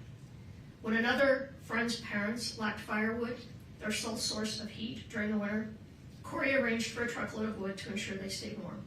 She maintained close, supportive friendships, participated fully in friends' major life events, and was actively involved in the lives of their children.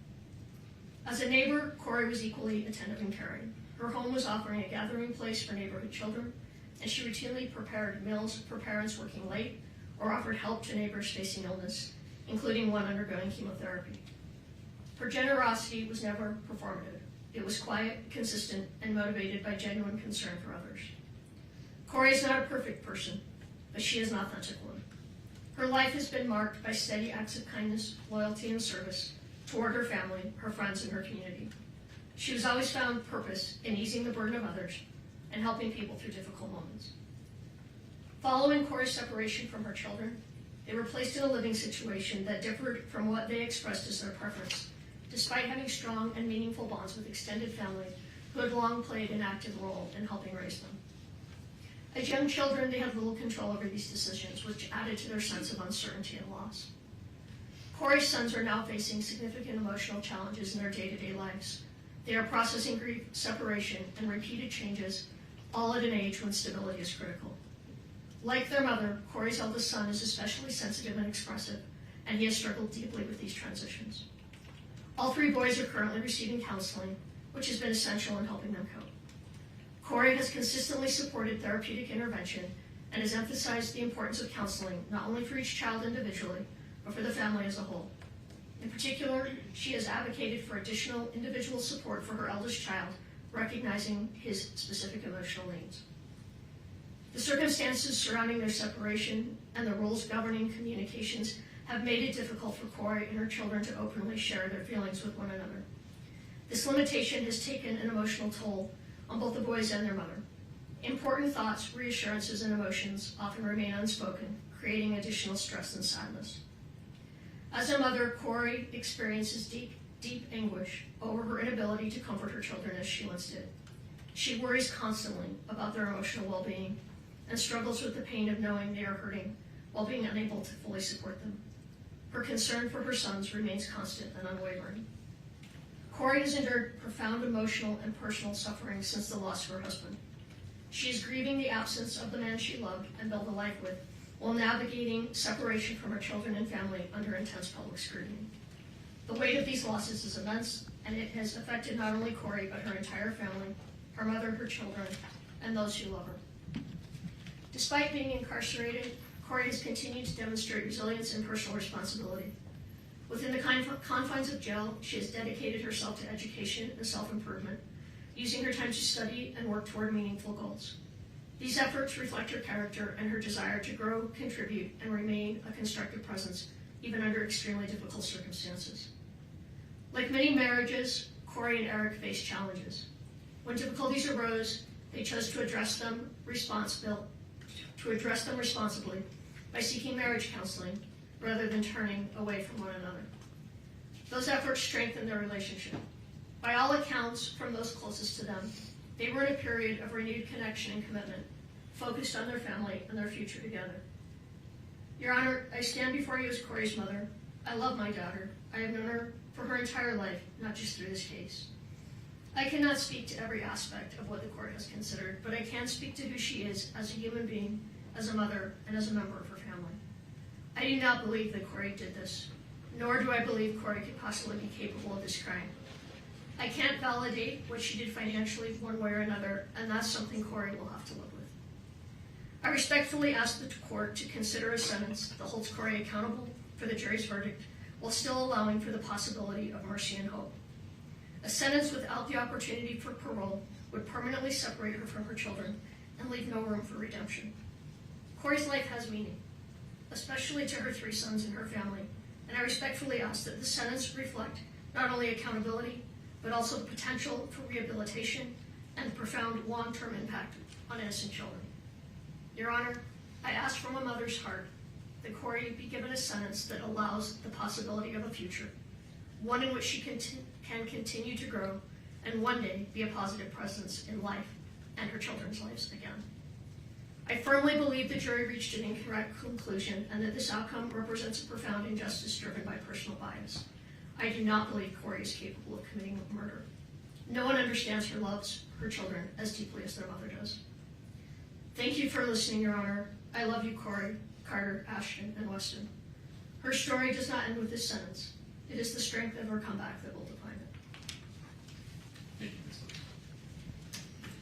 Lee. Your Honor, at this time, we would ask Renee Odom. She is going to read her own letter. We ask that she approach the podium, and I will provide it to the court and the prosecution as well. Of course.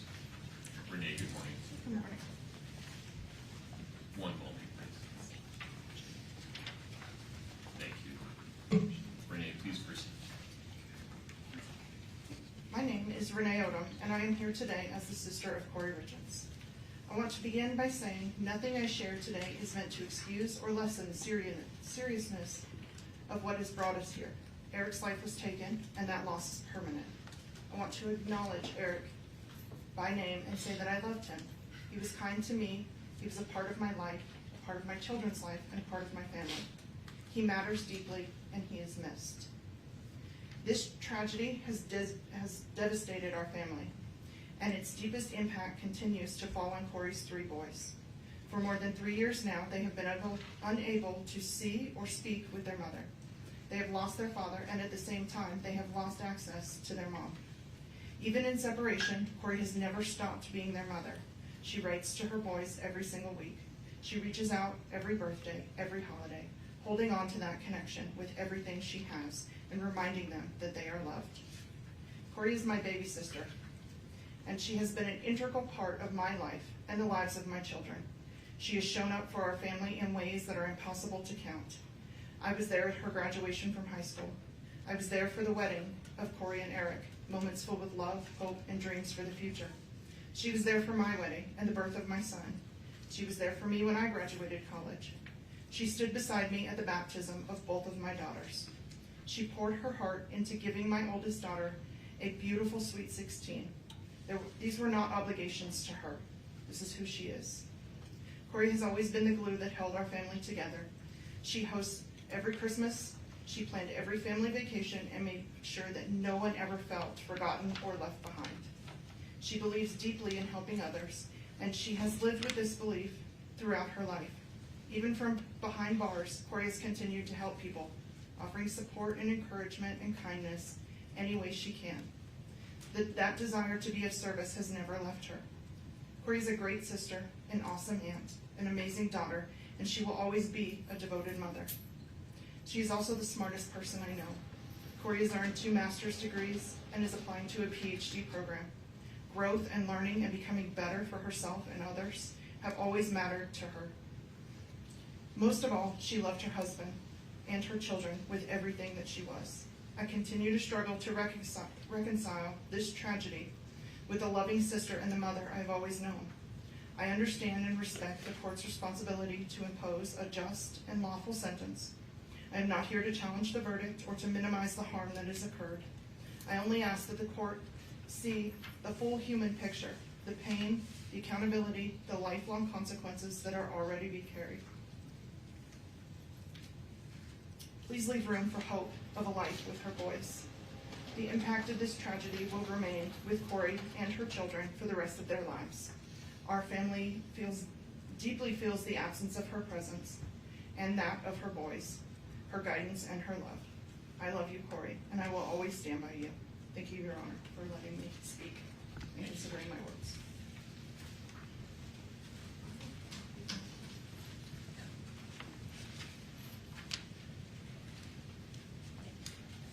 Your Honor, at this time, I'm going to read a letter from Kouri Richins.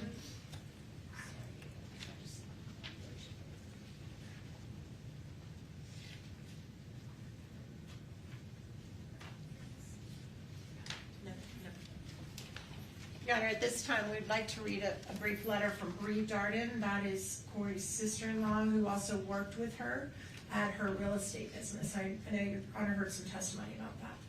She has a newborn baby, so she can't be here.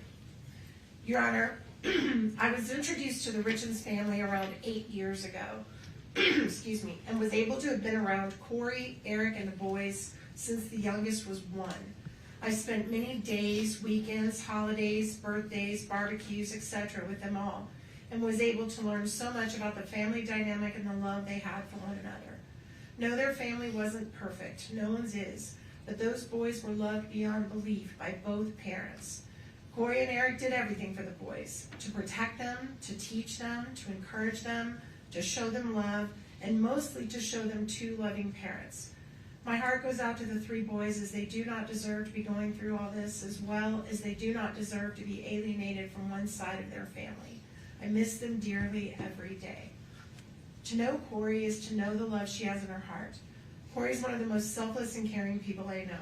She lived for those boys and lived to be the best wife she could be. Yes, she made mistakes in her marriage, as we know. So did Eric.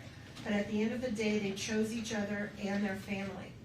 As a loving mother, exceptional caretaker, and benevolent humanitarian, Kouri was truly a devoted volunteer.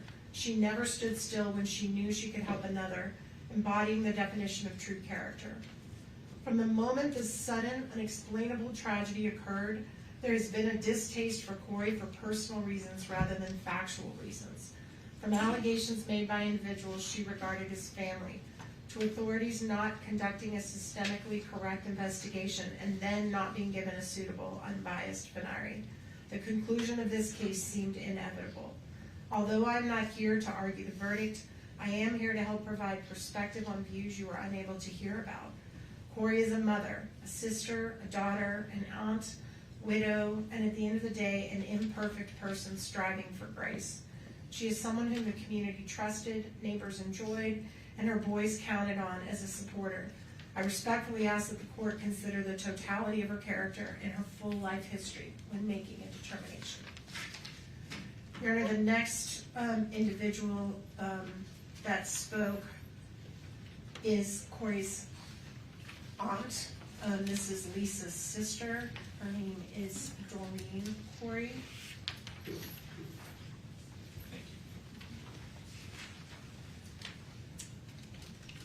Your Honor, thank you for allowing me to speak today. I have spent many sleepless nights trying to find the right words for this moment because it is heartbreaking to stand here and speak about someone I care deeply about in a courtroom like this. I believe in you, Kouri, and I'm very proud to be your aunt. I stand before the court not to minimize the seriousness of this case, but to speak about the person I've known outside of these proceedings. The woman I know is not the monster these proceedings may have made her appear to be. When I think about her, I do not think about charges, headlines, or verdicts. I think about the mother I watched love her children with every part of herself. I think about the woman who worked hard to build a better life through education, determination, and sacrifice. I think about someone who wanted more not only for herself, but for her children and the people she loved. Her children were never just part of her life. They were her entire world. I watched her celebrate their accomplishments, comfort them in difficult times, and carry the weight of motherhood every single day. She loved fiercely, deeply, and unconditionally. Eric and those boys were her life. Both Eric and Kouri were very loving and attentive parents. They were solid, they loved hard, and they played hard. I also watched her work tirelessly to educate herself and create stability for her family. She pushed herself because she believed in building a meaningful future. She was proud of what she accomplished, but even more proud of being a mother. This conviction does not erase the years of humanity, goodness, and compassion that existed before this moment.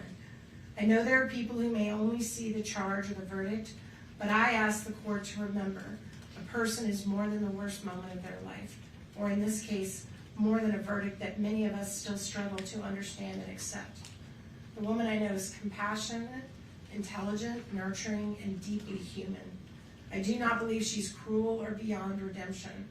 I believe there's still goodness in her, and I know there are many others who believe that too. Whatever sentence is imposed today will not only affect her, it will echo through the lives of her children, her family, and everyone who loves her for years to come. Her children still need their mother's guidance, love, voice, and presence in whatever way they can still have it. I understand the weight of the court's responsibility, and I speak with respect for these proceedings. I only ask that when sentencing is considered, the court remembers the whole person standing before you today. Not only this moment, but the years she spent loving, learning, sacrificing, and being devoted mother. I love you, Kouri, and I love those precious boys. I ask for mercy, I ask for compassion, and I ask that the court see the humanity in her so that so many of us have seen for years. All right, the next one is an individual that did not want their name read in the public, so I'm going to provide it to the court and the prosecution only. This is a close friend of the family. To the Honorable Judge Mrazek, I'm writing to respectfully share my personal relationship and observations with the Richens family and 3 young boys, and to ask that you consider sentencing Kouri to 25 years to life rather than life without the possibility of parole. From 2017 to 2019, I had the privilege of working as a babysitter for Kouri and Eric's 3 children. I was able to view this family at a time when things in life were good for them. The youngest, Weston, was still in diapers, and we worked on potty training together. What struck me most during that time was the stable, loving, and orderly home the 3 boys had to grow up in. Kouri was a young mother, close in age to 2 of my own children, and she'd established a true house of order. The home was beautifully decorated. I particularly remember the bright fall decor. The walls were lined with photos of the boys at different ages, and they had a wonderful playroom over the garage. The family worked together, played hard together, and clearly loved one another. I recognized the effort and pride in caring for her family. When she was out of town one week, she left detailed meal plans for me to use the crock pot. so Eric could come home each night to dinner with the boys. Those meals were so good that I replicated them for my own family. I was so impressed by her age progression photo display in the hallway that I had canvases made of my own grandchildren in a similar fashion. I even copied some of her simple but festive fall decorations and bought similar cowboy kid toys for my grandchildren after seeing how much her boys enjoyed them. Kouri's positive influence extended beyond her own family. I brought many of her ideas home with me. I do not wish to minimize the tragedy of this case. I watched the funeral online and was heartbroken, especially hearing young Carter say he would now be the man of the house. I believe Kouri deeply cares for her children, and I have to believe they love her as well. 3 boys' lives will be forever affected by the court's decision. I believe in the possibility of rehabilitation and the value of preserving hope. I respectfully ask that you not eliminate the chance that one day these 3 sons would be able to make their own choice as to whether or not to have a relationship with their mother. Kouri is not a threat to society.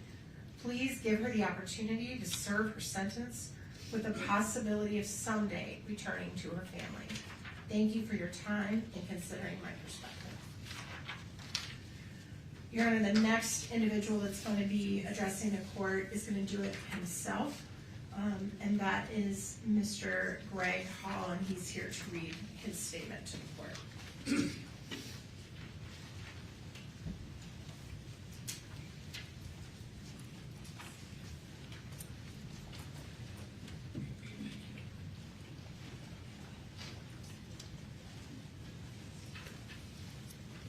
Sir, please proceed. Good morning.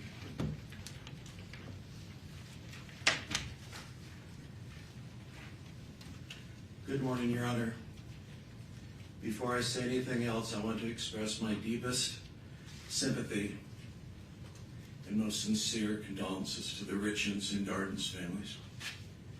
Nothing I say today is meant to diminish the weight of what has brought us into this courtroom today.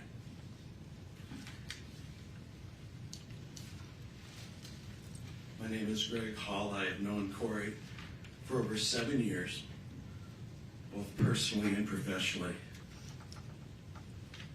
And we have stayed in daily contact by phone, text, and in-person visits throughout her entire incarceration here in Summit County. I'm here today to share with you what I have witnessed firsthand about the person I know. In the years before Kouri was incarcerated, she made a habit of looking for people who were struggling. She not only volunteered for many years at children's schools and donated, which you've heard about the 100 pairs of snow boots, but she also did follow up to make sure that those children had clothes. She has volunteered at the soup kitchen for years and brought her boys along with her because she wanted them to teach them about service and kindness to others. When Kouri found out a neighbor had been diagnosed with cancer, she anonymously arranged for a massage therapist to visit her. When my own wife was in an auto accident, a care package showed up at our home. If a family was having a difficult time purchasing a home, she would offer to take little or no commission in order to help them. Please know that none of these things were ever done for recognition. They were done because all she ever wanted to do was good. Your Honor, what I would like the court to understand the most is that the goodness and kindness toward other people that defined Kouri before her arrest has not gone away since being incarcerated. When new inmates arrive frightened and disorientated, Kouri is the first to step in. She helps them get their footing in an environment that is unfamiliar and frightening to them. She's also tutored other inmates working to further their education. She has helped women who cannot read or write navigate through the system and draft letters to their family on the outside. When women in her unit receive bad news from home, she is the first to sit with them and comfort them. She has used her time inside to study, and she takes her studies very seriously. She has earned multiple degrees, including a master's degree since being incarcerated, because she wants to be of use to other incarcerated women who struggle with literacy, with their legal paperwork, and with the simple daily reality of being inside. She enjoys studying religion and ethics.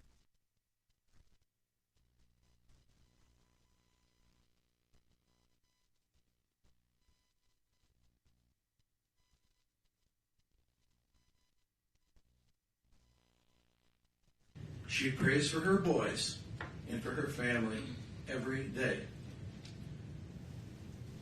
She also prays for others in need.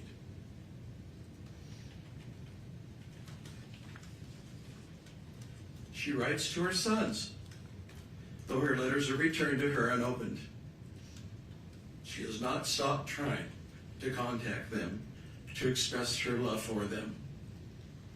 Your Honor, the Kouri that I talk with each day is still filled with kindness, with goodness. Even to this day, as we speak to one another, she continues to ask and care about how people on the outside are doing. My family, her family, people we mutually know, before ever talking about herself. I'm not here to argue with the verdict of this court. I am here to tell you that the person I have known for over 7 years is still there, still trying, still useful to people around her in the small ways available to her to continue to be of service and provide acts of kindness. I only ask that the court please take this into consideration today. Thank you, Your Honor. Thank you, sir.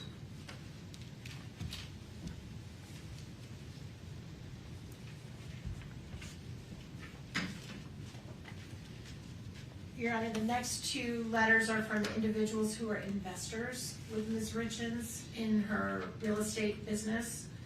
Both of these individuals did experience losses of money.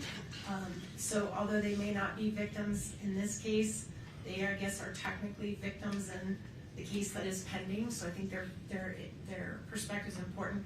The first one, for some reason, I only have one copy. I'm going to give just a moment for Mr. Bloodworth to read it. Then I'll read it, and then I'll hand it to the court. Thank you.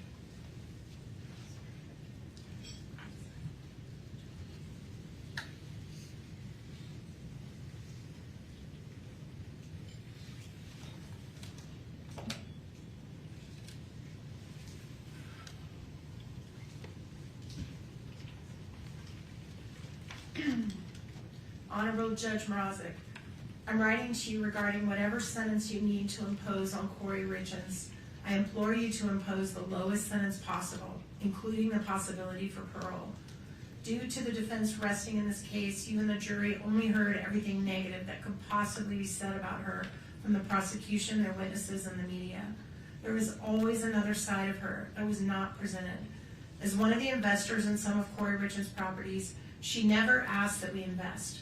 We always asked her after seeing the quality of the work done.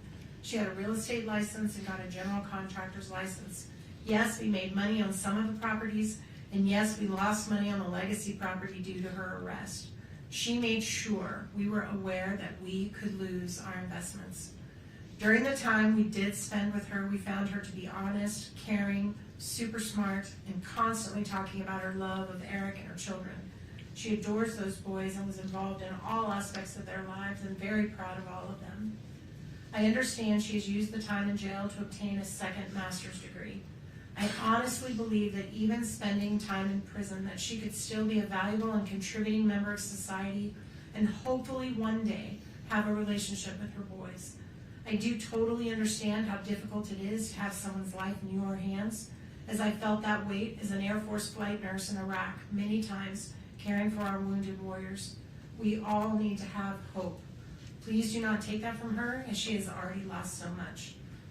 And I'm not going to reveal the name on public. Thank you.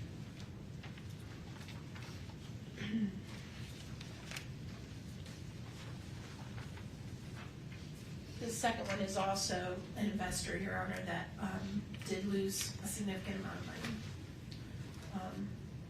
So some type of victim status here. Honorable Richard Mrazek, thank you, Your Honor, for the opportunity to address the court at this sentencing hearing. Actually, okay, I do have an extra of that one. Thank you for the opportunity to address the court at this sentencing hearing for Kouri Richins. May I first say that I was so impressed with your professionalism and demeanor during the trial. It appeared to me that you were very thoughtful in trying to judge fairly during the court proceedings. I would like to speak on my real estate experience with Kouri over the 3 years that I invested in 10 or more fix and flip home transactions. My wife, my son, and I were so impressed with Kouri and the great job she did in finding and remodeling the homes that we invested in.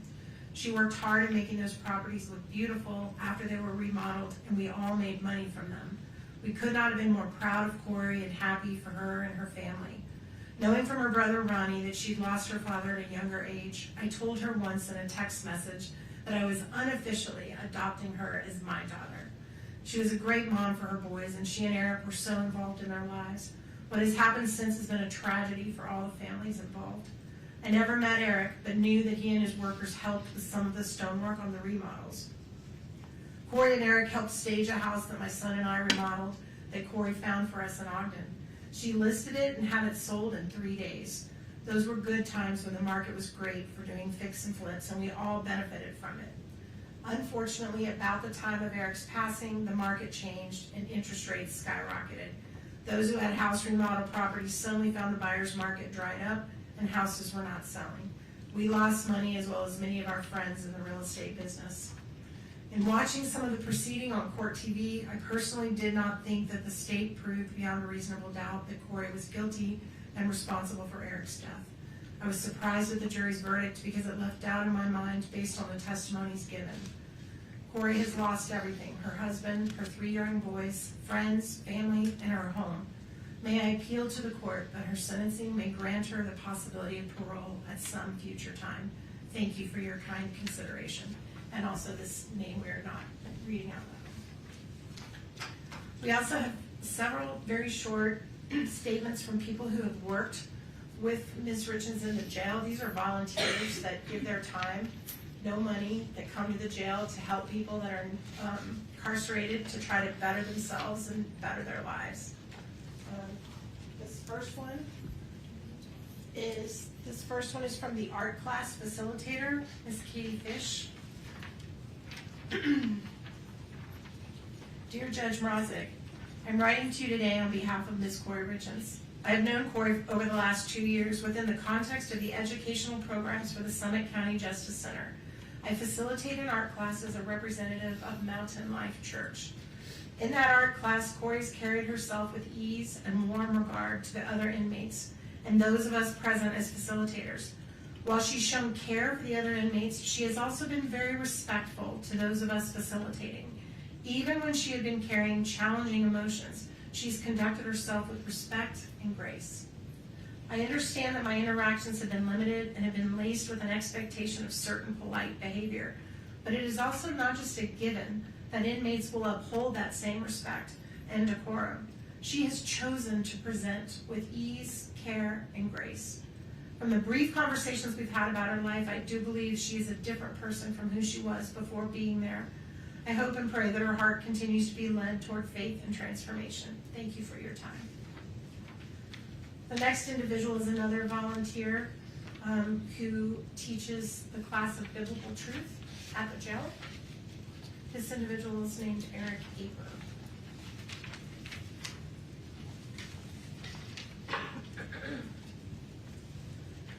Dear Honorable Richard Mrazek, my name is Eric Marty Aper. Through Mountain Life Church in Park City, I've been a volunteer at the Summit County Jail for 8 years, helping to teach biblical truth to those incarcerated there and leading church services on Sunday afternoons.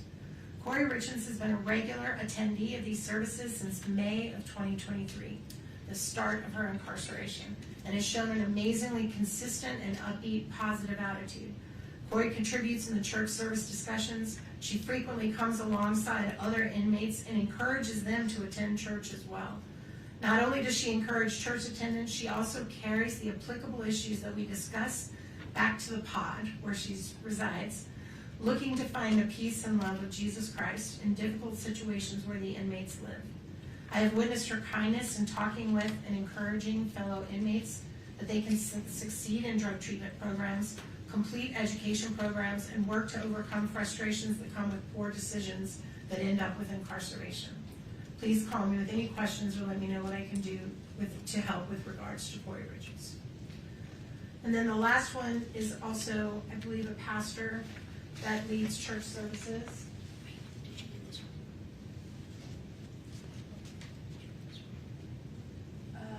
Nope, I think I might pull that out for a second. Yeah, I do. I don't think I have that one, so I may need, thank you. This next one then is from Craig Moline, who's one of the pastors as well. Can you read that while I'm doing this? To the Honorable Richard Mrazek, Your Honor, I'm one of 4 people privileged to rotate in on Sunday afternoons from Mountain Life Church to lead church services with inmates at Summit County Jail. On any typical Sunday, we will pray with inmates, sing a couple of songs, no matter how bad it may sound, read a psalm and discuss it, and then teach on a subject from Scripture. For 3 years now, Kouri Richins has been in attendance to those services. We've seen her be hospitable to other inmates, inviting them to services. She's participated in discussions, and we've seen her as a help to other inmates. At the beginning, we gave her a study Bible that helps give life application hints along with an explanation of the text. I smiled recently when I saw her Bible sitting in front of her, and I observed it doesn't look new anymore. It looks like a well-read book. In our teaching and discussions, we have talked about being intentional about posturing our hearts before sovereign God and coming to Him with humility with our prayers. We talk about what it means to have a personal and intimate relationship with God through Jesus. She has acknowledged her faith in Jesus and acknowledged she has felt His peace in rough times, what is often expressed in the Psalms. She has commented, when life around you falls apart, we still have a God to lean into and who reaches down and cares for us and gives us comfort and hope. The Kouri I know will thrive where she is. She will trust in her God for peace, and she will pray. She will continue to pray for her loved ones, and she will be a positive influence to those around her. Respectfully submitted. And then one last letter from the jail.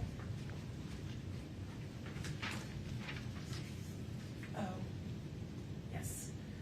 This is also a volunteer, an individual named Heidi Tunney. Dear Judge Mrazek, I'm writing to you on behalf of Kouri Richins. I've been working with Kouri over the past 2+ years as a volunteer at the Summit County Correctional Facility. I taught her in the addiction recovery program. I attended church with her on occasion. I worked with her in a yoga program that I started at the facility for the incarcerated men and women too. I found Kouri to be very easy to work with and very enjoyable to be around. She was very thoughtful in her conversations in class. She always showed the utmost gratitude for anything that was done on her behalf. I also noticed that she was a leader among the other incarcerated women. She tended to be a peacemaker and stayed above the fray and away from the pettiness and challenges that sometimes arise among incarcerated women. The women in general respected her and looked to her as a leader. Kouri actually was one of the women that asked me to get a yoga program started for the incarcerated women. She saw a need there and she acted on it. I started and have taught that class for almost 2 years now. Kouri was the most dedicated student. She only missed a couple of times the entire time I taught, and the times she did miss were when she was meeting with attorneys or had court appearances. She has continued to attend even after she was found guilty at her trial. I wish nothing but the best for Kouri. She has a very long road ahead of her. I hope and pray she will continue to use the programs provided to those that are incarcerated to better herself and lead the other women around her. The last letter we have in this section is going to be read by Kouri's brother, Ronnie, who's here to read it himself. And then we're going to have, Mr. Ramos, there it is. Mr. Ramos make a few very brief comments. Then we'll conclude with our final 3, and then we'll close out with Ms. Lewis and Ms. Richens, unless the court needs a break. Doing all right? No, it might make sense to take a break before Ms. Richens, given what you have previewed regarding timing. Great suggestion, Your Honor. Okay. All right. Bonnie can come on up.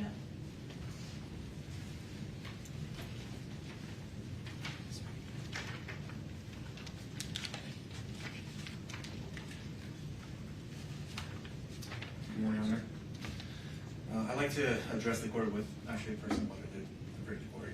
Okay. Little sister, I love you.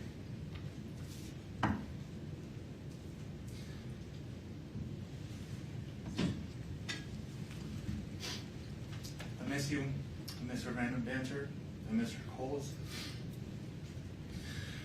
I miss your constantly over-the-top positive attitude every time we speak. I miss our game nights. I miss Eric's stupid finger gun dance after we won a game. I miss our holidays. I miss you sending the boys to wake me up on Christmas morning, way too early after we stayed up way too late preparing Christmas for them so that it'd be absolutely perfect. I miss our Sundays together. I miss arguing with the boys about who's better, Messi or Ronaldo, Brady or Rogers. I miss our backyard games. I miss me and the boys running all over you at sports in the backyard and Eric getting mad because you weren't competitive enough and you were really just out there to have fun and laugh. I miss you constantly luring me into your newest ideas and getting me excited about them. I miss vacationing. I miss family volleyball. I miss playing Madden and FIFA with Eric and the boys. I miss your stupid goats. I miss the soccer games and the celebrations we created for the boys after they scored a goal. I miss Carter's smile and his obsession with goat videos. Ashton's freckles and his competitiveness. And Weston's baby blues and tenderheartedness. I miss hearing them say Wani and playing catch in your living room. I miss your family. I miss our family. I miss the life that was stolen. I miss the life that was stolen from us for reasons that we can't yet fully understand. We don't, with 100% certainty, know what happened to Eric. No one does, but we do know with 100% certainty that it wasn't caused by you. We know that, the police know it, the prosecution knows it, and everyone watching this trial knows it. They could not prove their theory, just the opposite, and yet here we are. For some reason, unbeknownst to us, really bad things happen to really good people, Cor, and you were just really too good of a person, I guess.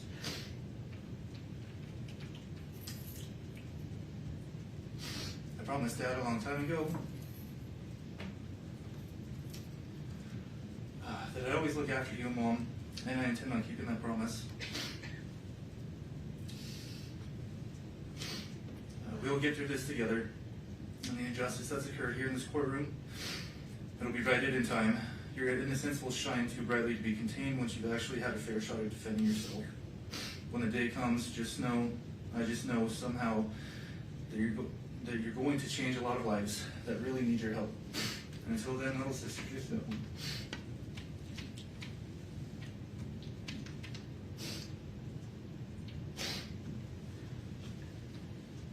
Just know that I'm right by your side, and I'll always be right here for you. I love you.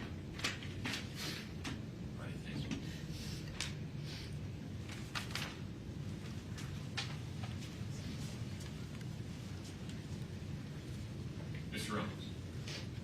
Morning, Judge.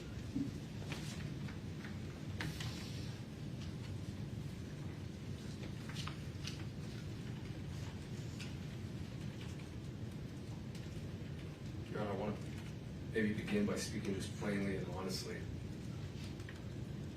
I disagree with the jury's verdict. I'm deeply saddened by the way that justice was rendered in this case. I don't believe that this outcome fully reflects the truth or the humanity involved.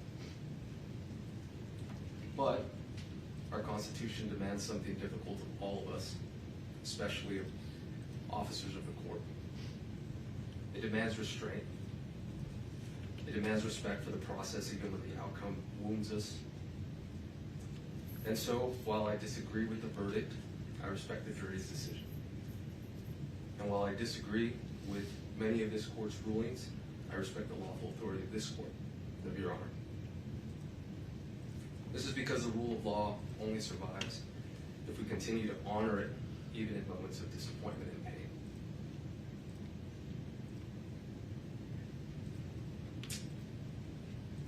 as a Catholic, there's one authority higher than any courtroom, verdict, or government power, and that is God.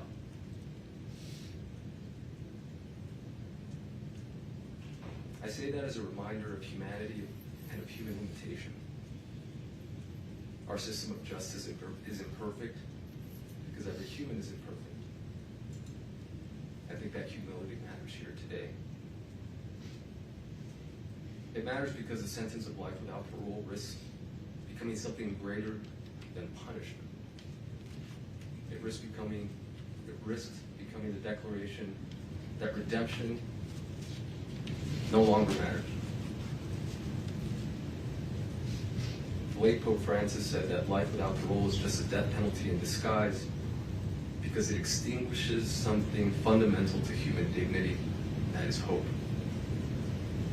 Hope to all involved, victims, condemned alike. Refusing to impose a sentence of life without parole today doesn't mean Kouri is going to walk free. It doesn't mean that she will someday leave custody. She may very well spend the rest of her natural life in prison. It also does not mean that her victims who have spoken today, her kids, doesn't mean that they have to forgive her. They may never change their minds. They may never forgive their mother. And also, no court has the authority to demand that they do. But refusing to impose a sentence of life without parole does mean that we do not close the door completely. It means we do not presume to know with absolute certainty what a human life, victim or condemned, may become decades from now. It means that we do not extinguish hope entirely. Time changes people, pain changes people, grief changes people. Even victims and victims' families, over years and decades, sometimes arrive at places their present suffering could never foresee. Some discover forgiveness, some discover peace, some simply discover that healing and permanent condemnation are not always the same thing. And others don't. A sentence of life without parole assumes none of that human change matters. Not the change in the person condemned, not the change in those harmed. A life without parole sentence freezes every human being, victim and condemned, inside the worst moment of their life and declares that moment permanent. Our Constitution demands more restraint than that, because a real measure of justice is not what we do when mercy is easy. It is whether we preserve humanity when mercy is hardest. No sentence handed down today will undo suffering. A different verdict wouldn't have reversed tragedy. But there is a profound moral difference between saying you must be punished and saying you are beyond redemption forever. One is justice restrained by humility. The other risks becoming judgment without end. And no human institution possesses the moral certainty to make that judgment absolutely. That lies with God alone. Thank you, Judge. Thank you, Mr. Rose.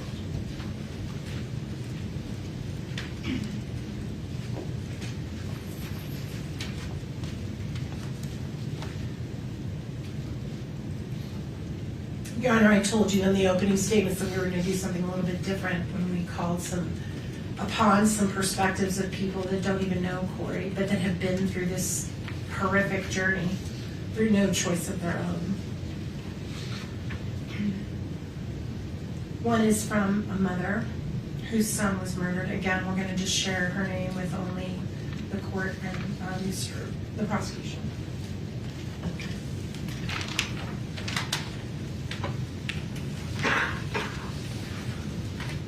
Honorable Judge Richard Mrazek.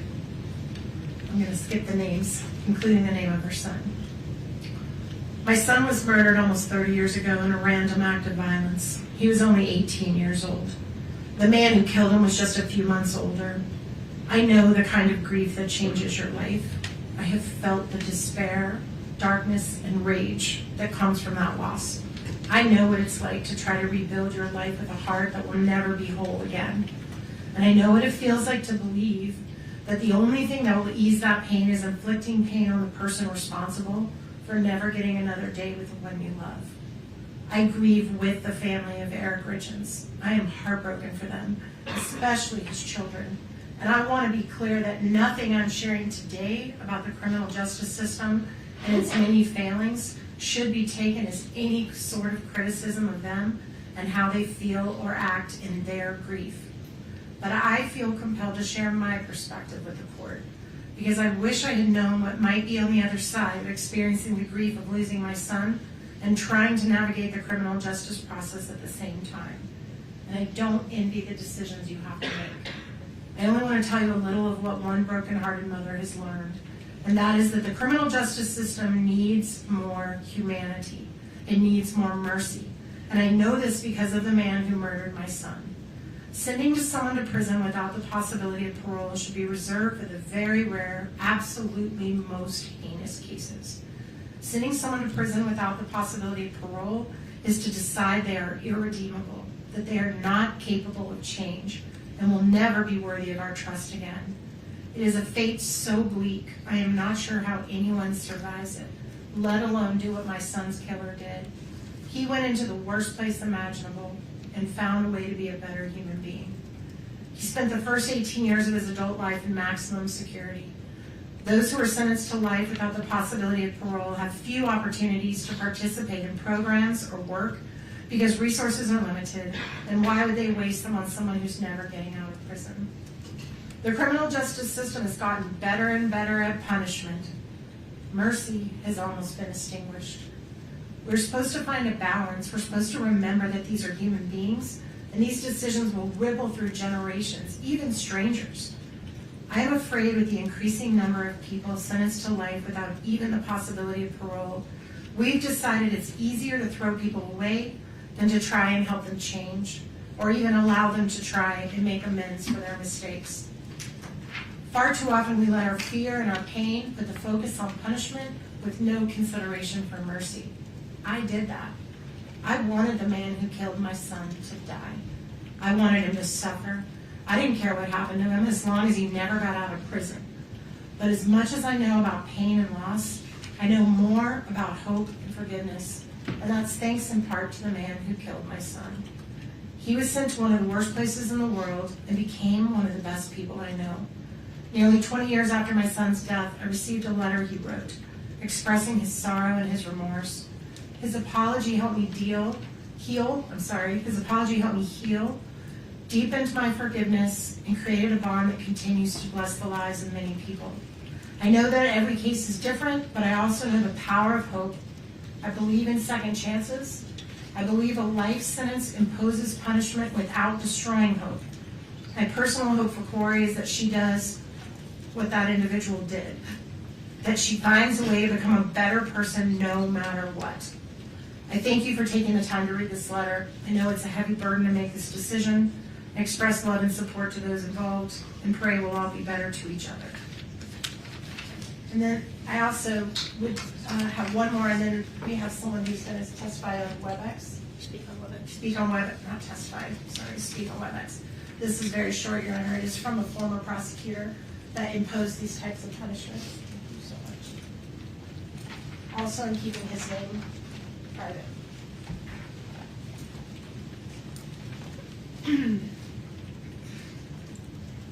As a matter of fact, I'm going to skip the very first sentence because it would reveal who he is. So I'll just let the court read the first sentence quietly. I was in charge of the prosecution of a young man who committed 2 serious homicides at the Log Haven restaurant. He was prosecuted and found guilty. He was sentenced to 2 consecutive 5-to-life terms. 20 years later, while no longer a prosecutor, I happened to be at the Utah State Prison on government business. I was given a tour of the prison industries unit, and I saw an individual sitting at a large desk in front of a bank of computers. I asked about him and was told that he was the individual who had committed the crimes at Log Haven. I was told he was a model inmate, spoke 5 languages, had 2 master's degrees from Utah State, and was used as a go-between when there was unrest among inmates. He was respected by his fellow inmates. He was indispensable at the industries and had set up the entire computer system to run the unit. Coincidentally, the very next day I was speaking with the son-in-law of the father of one of the victims. He related to me how there had been a complete reconciliation between their family and the killer of their son. They had long ago forgiven him and wondered if I could help getting him paroled. I still had connections in the criminal justice system, and I told them I would try. I subsequently met with him at the prison, and I was equally impressed with how he had turned his life around. We were able to get him an expedited parole hearing. Tragically, he died from suicide a few months later when he was falsely accused of inappropriate access of the state computer system and removed from his position into a secure unit of the prison. This case was a textbook lesson of how rehabilitation can work. He was not the same cocky druggie that we sent to prison 20 years ago. I saw absolutely no reason why he needed to spend more years in custody. Even his fellow inmates told me they were convinced he had done everything to reform himself and become a valuable member of society. I agreed. Keeping someone incarcerated when they've proven themselves is just plain wrong. Prison sentences without possibility of parole create the same issue. I believe it should be reserved for the most violent and dangerous of individuals. Thank you for taking the time to read this. And then Ms. Lewis will introduce the final speaker, and then she'll have her comments, and then we'll take that break. Who is the person you'd like me to? Emery Blanchard. One moment, please.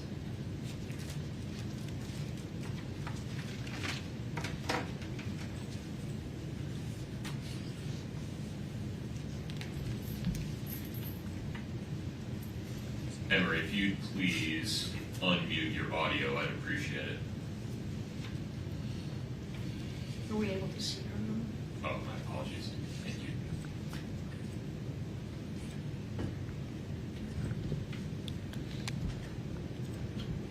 Emery, can you hear me okay?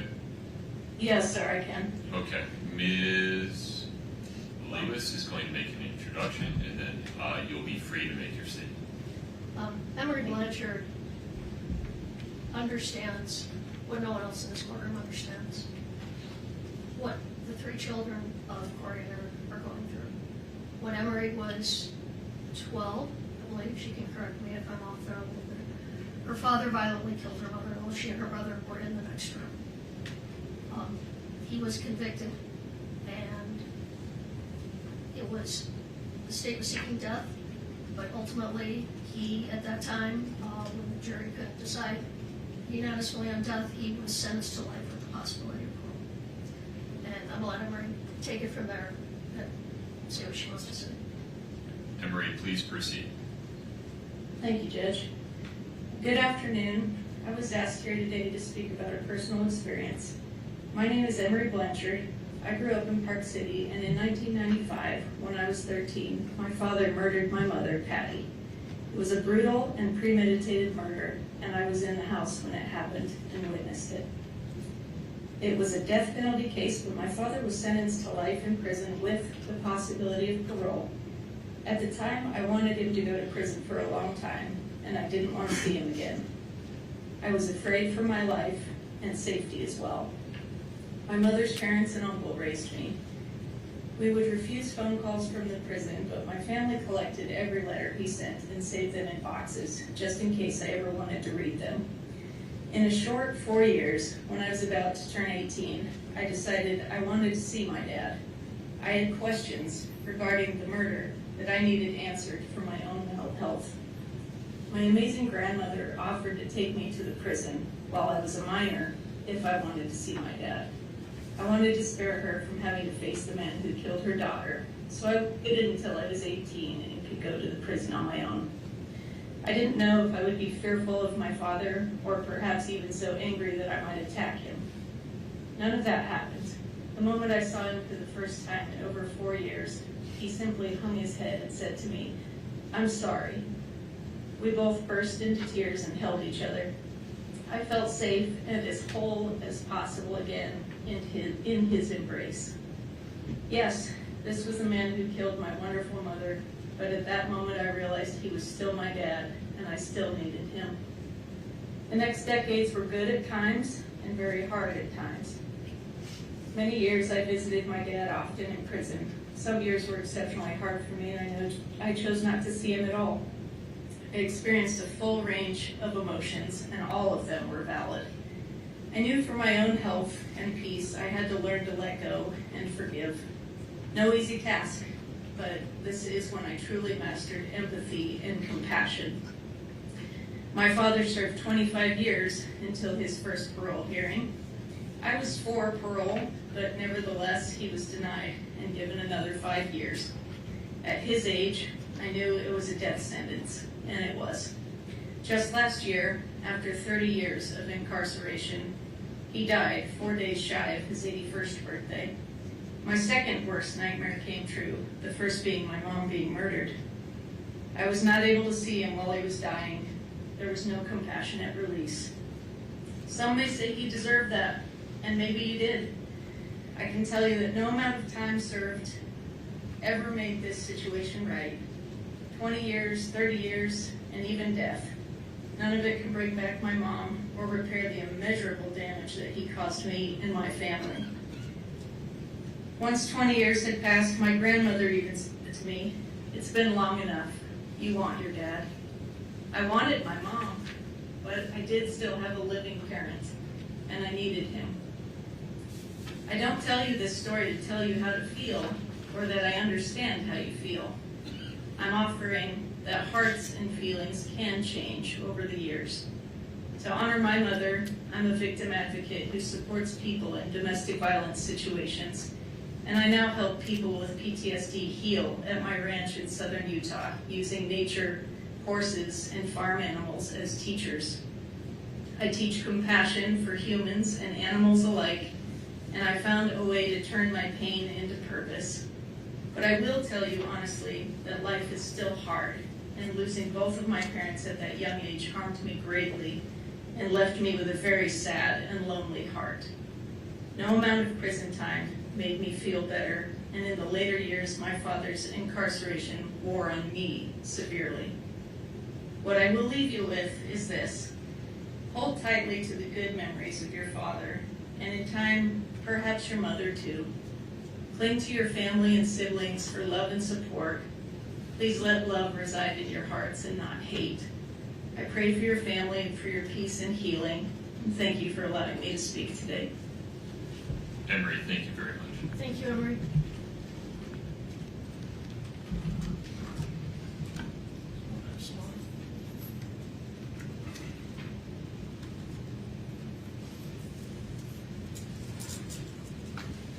Your Honor, there is so much more to sentencing a person than punishment.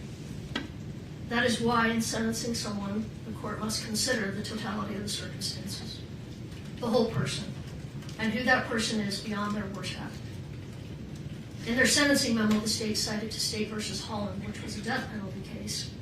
The state quoted the court as follows: "The psychological reality is that aggravating circumstances in first-degree murder cases will virtually always outweigh mitigating circumstances." However, what the state left out is what the court said next, which was that the Eighth Amendment doesn't allow the death penalty in every case, and courts must take a long, hard look at the totality of the circumstances, the values of society, and the value of all human life. And though this is not a death penalty case, the same would apply to a sentence of life without the possibility of parole. Ms. Nestor spoke a little bit about what a life without parole sentence looks like. Locked down for 23 hours a day. If we treated our dogs like this, they would be taken away. Yet, this is how the state wants Kouri Richins to be treated. A sentence of life without parole is safe for only the most heinous of crimes. The state wants to place Kouri in that category.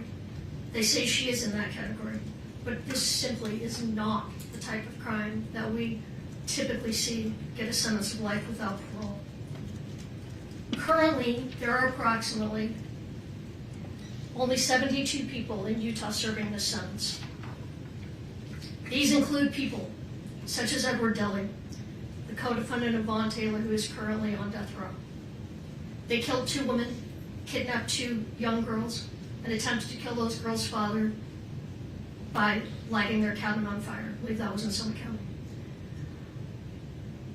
It includes Daniel Ray Troyer, a serial killer and rapist of women in their 80s. He was convicted of killing 2 women, admitted to a 3rd, and likely killed a 4th. That authorities are aware of. It includes Matthew John Breck, who kidnapped a 10-year-old girl, stabbed her multiple times, severed her spinal cord, and left her dead on her front porch.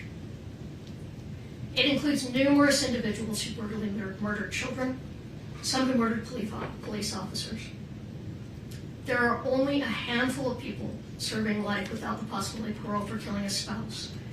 And in all but one of these that I could find, they killed more than just their spouse. They are individuals who killed their spouse and a child, or killed their spouse and someone else in the process.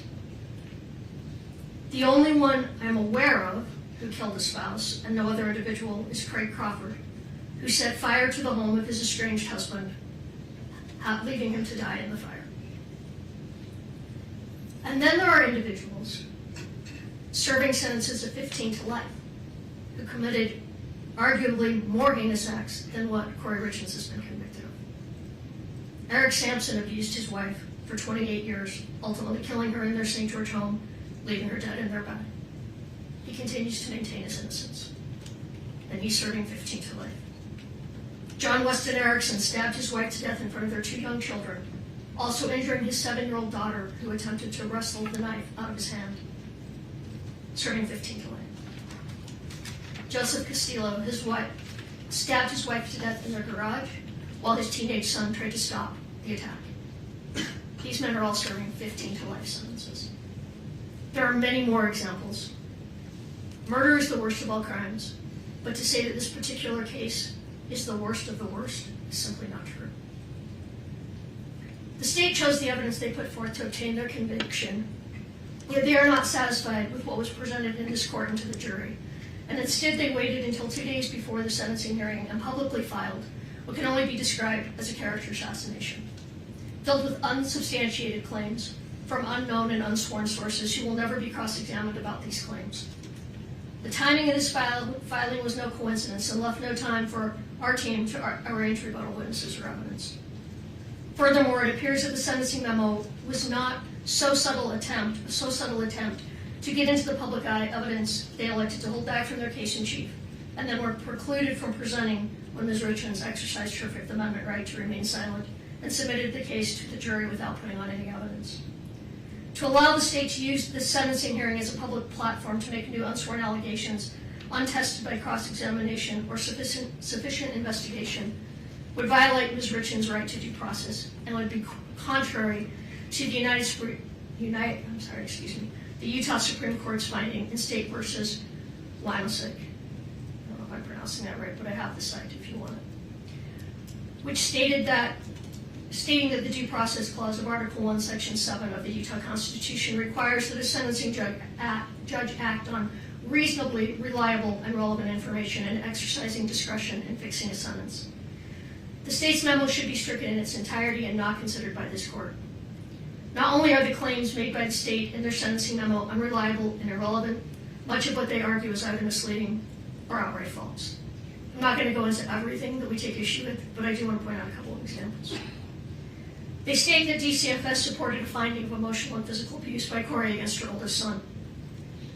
What actually happened is that DCFS made an initial finding based solely on reports. This is similar to a probable cause finding that then sends the matter to the juvenile court. The court, however, did not find that Kouri had abused or neglected her children. They found dependent but no fault. In other words, that the children needed intervention, but due to no fault of Kouri Richins, due only to the fact that she had been arrested. They did not even find that she had acted negligently towards her children. The state put forth at length what they believe Kouri's middle son, A.R., would have testified to had they been able to call him in rebuttal. Although it is true that Ashton said these things 3 years after the death of his father and after conversations with Eric's family members, this is very different than what he said to law enforcement immediately upon Kouri's arrest a year after Eric's death. At that time, his statements were completely consistent with Kouri's. That Kouri, had gone to sleep in his room the night his father died. The state argues that Kouri's boys are afraid in part because she still maintains life insurance policies on them. Kouri was of the belief that these policies were no longer in existence since she had not made any payments on them in over 3 years. And in fact, a letter was sent, or an email was sent from Brian Freckleton, who testified, to Ronnie Darden, as Ronnie is the owner on these policies, that this was over a year ago, that the life insurance policies are lapsing, and wanted to let them know if they chose to do anything about that, which they did not do anything about that. So we only discovered yesterday, Kouri only discovered yesterday that at least 2 of these policies are still active, as the payments have been automatically taken out of dividends. So in other words, the policies have been paying for themselves. These are policies that Eric and Kouri took out together in 2017. However, now that Kouri knows that these are still active, she will cancel them. Hopefully, in all sincerity, this will be one less thing for those boys to worry about. Kouri never asked her family to report criminal activity or asked for criminal prosecutions against any of the Richens family or against Cody Ray. She never asked family members to file bar complaints. And until yesterday, neither Kouri nor anyone from her team had ever heard anything about a dating profile being set up online in the name of a lead detective. She did none of these things. And if they were done by others, it was not at her request. We are asking the court to discount any and all allegations in the sentencing memo that have not been previously raised in court in order to be stricken from the record. The court does have before it reasonable and reliable testimony from individuals who know Kouri or who have unique perspectives on the sentence of life without parole that may assist this court in discerning the appropriate and proportionate punishment in this case. The testimony of these individuals revealed that Kouri is so much more than what she has been portrayed as in this case. Everyone who was around her says she was a wonderful mother, just like Eric was a wonderful father. The state argues that she shows no remorse. Kouri has remorse, and she has regrets about many things, and you're going to hear some of those when she speaks. However, she cannot show remorse over something she did not do. She maintains her innocence and has every right to do so. Having said that, however, she stands before this court today convicted of the crimes charged, and she fully understands them. So sentence her on what she was convicted on, not what the prosecution says about her character. As much as they think they know her, they do not. They do not know Kouri Richins. Like Alex said, we're saddened by this case. We are saddened by the verdict. I respect the court system so much. I come from a family of judges and attorneys and was raised with the utmost respect for our justice system. I disagree with the verdict, but I respect it. I have to say, though, in all the years of practicing, which are now quite a few, this is the first time I've had a client convicted that I believe to be innocent. It was much more painful than I anticipated, would have anticipated. Over the last 2 years, our team has got to know Kouri. Kouri is one of those clients, very few clients, and I've represented thousands of people. Most of them you don't remember. Many of them you don't like. Many of them, some of them, you feel are dangerous. But Kouri is different. Kouri, every time she calls, asks how we are. There have been times when I've shared bits of my life with Kouri, particularly having children that lost their father before age 10. We've talked a lot about that and what that does to children in the best of circumstances. I can't imagine had my boys not had me. Because the pain and suffering and the long-term effect that has had on them will never, ever end. But when I share something with Kouri, when I share that someone is ill or that someone is having a problem, sometimes I don't even remember I've said it, and when she calls me, she always asks, how did that turn out? Is your family member okay? before we talk about her. Every time. The state is not only asking for life without the possibility of parole, they're asking for consecutive sentences. The sentences in this matter should run concurrent to one another. Pursuant to the line of cases, Strunk, Golly, and Smith, the sentencing statute favors concurrent sentences. And looking at the totality of the circumstances, imposing consecutive sentence would constitute an abuse of discretion. In State v. Gray, the Utah Court of Appeals cited Golly and Strunk, holding that the Board of Prisons' ability to grant parole is an integrated component of the rehabilitative needs factor that must be balanced with other required factors. Even though the statutory language has been modified since Strunk, Golly, and Smith, the language still applies. And the Supreme Court and the Court of Appeals still looks to that language. The board should still be allowed to function and make the decision regarding the rehabilitative needs of Ms. Richens. Running sentences consecutive to a sentence of life without parole is senseless. And if this court imposes a sentence of 25 to life on the aggravated murder, but runs the other charges consecutive, the effect will be the same. She will likely never get the opportunity for parole. I don't think that's true. Have you run the initial guideline? It's a genuine question. Yes. I think it only adds. The guideline on the attempted murder is 192 It only months. adds 41 months if we run them consecutive. Before she's eligible Right. for parole. But, well, I'm going to come back to that. Yeah, if I will. you're running the guideline differently, I'd like to know. I mean, no, I'm not running the guidelines differently, but the sentence is, well, I talked about understand this. your larger point, and I apologize for That's interrupting you, but if you do have a different running of the guidelines, those forms are not obvious, I'd appreciate it. Well, I would say a sentence of 25 to life, and then if she serves additional time, does not guarantee parole. And I'm going to talk more about that. Okay. And it's almost unheard of for someone to be paroled at their first parole hearing on these serious offenses. And looking at the totality, there are mitigators. Kouri had no criminal history at the time of Eric's death. She was involved in positive ways in her community. She volunteered regularly. She headed up a sub for Santa every year. She was a friend, a daughter, and a mother, and excelled in these roles. She educated herself.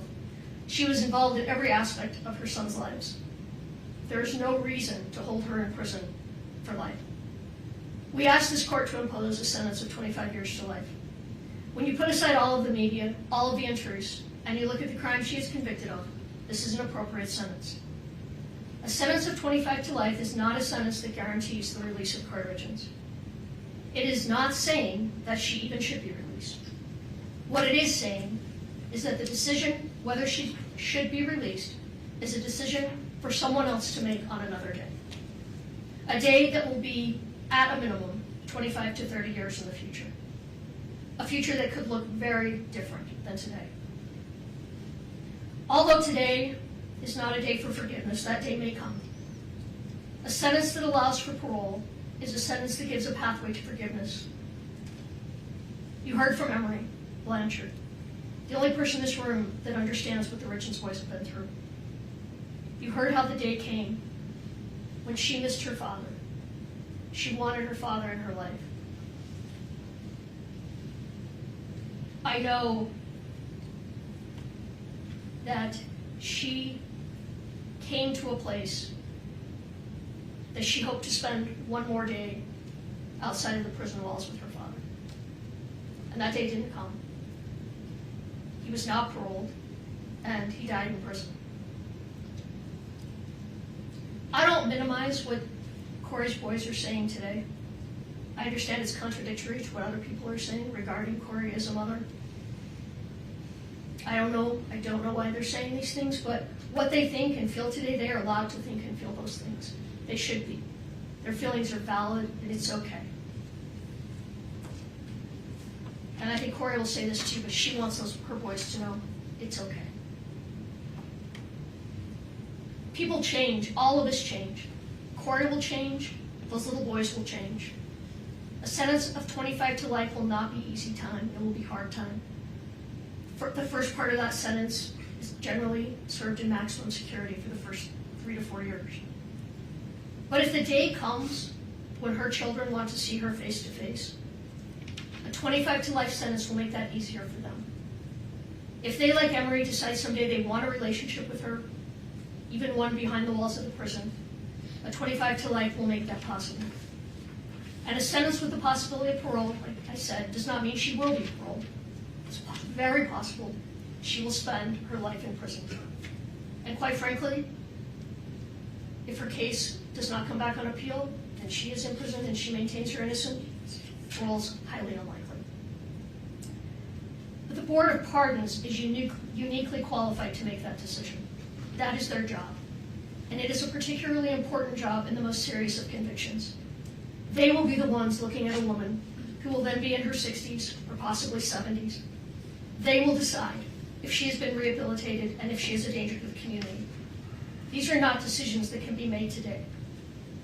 We don't stand here today asking you to give her a second chance. We ask you to let those best qualified make that decision when the time comes. When Kouri's and Eric's boys are grown. When they can tell the board if they feel the same way that they do today.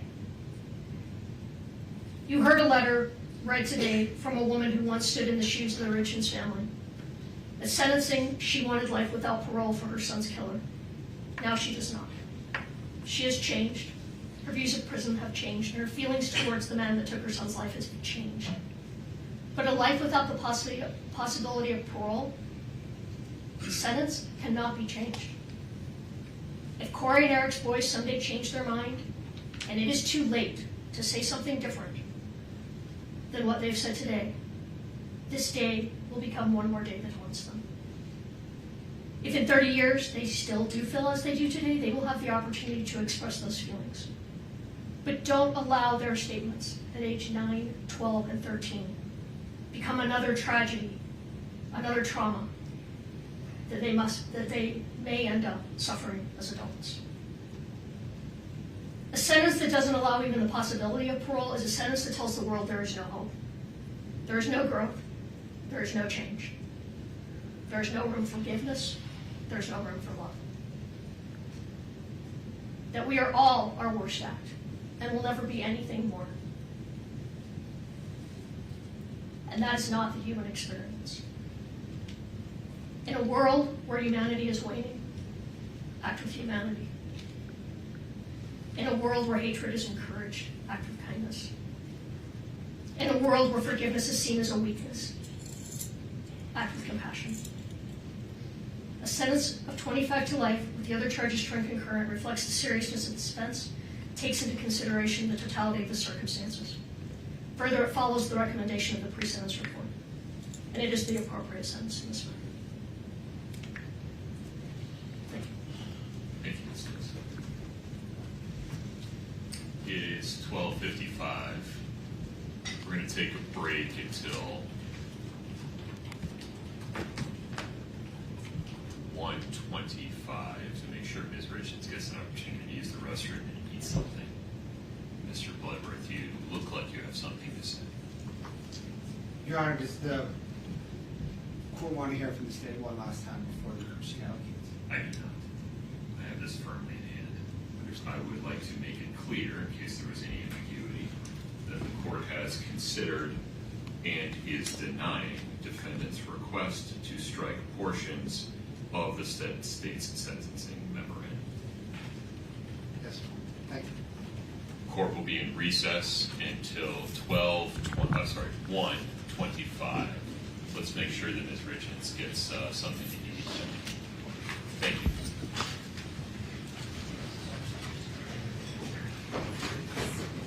We're off the record.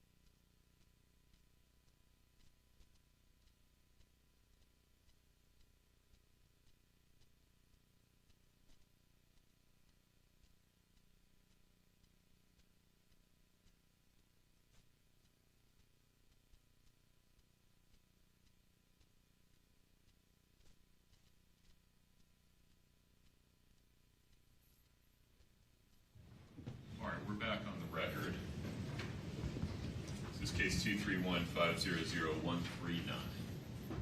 Ms. Lewis and Ms. Nestor, anything further before we hear from Ms. Richens? No, Your Honor. Okay. I understand that Ms. Richens will like to stand at the podium. Yes, Your Honor. And you folks would like to join her? Yes, Your Honor. No problem.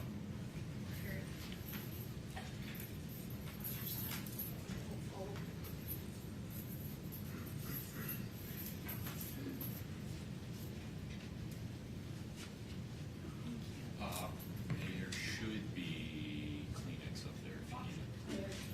It's right here. Do you want water?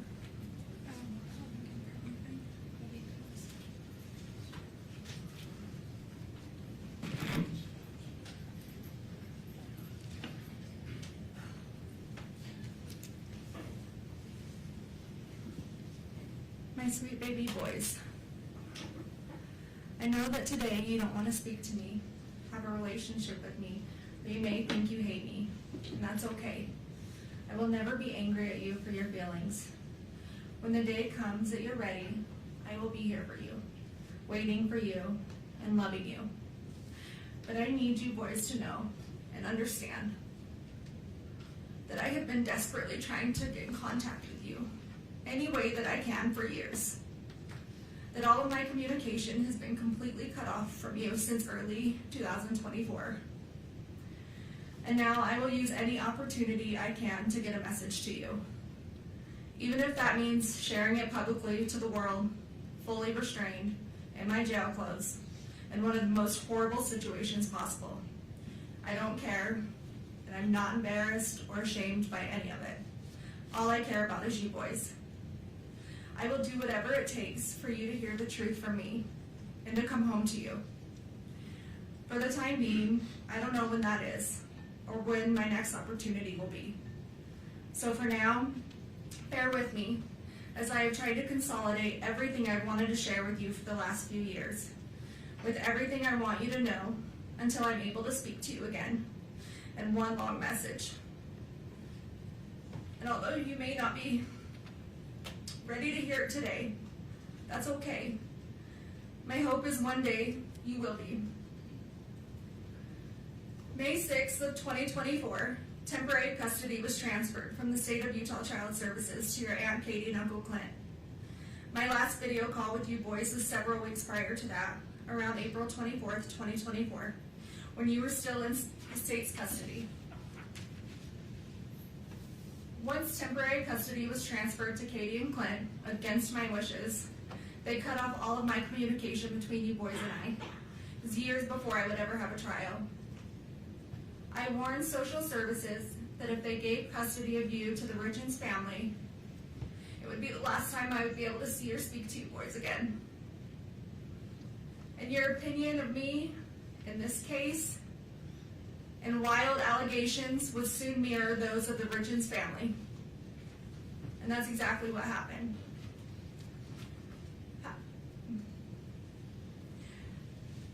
You need to know the Darden side of the family fought a long, hard battle for custody, but was eventually ignored and denied.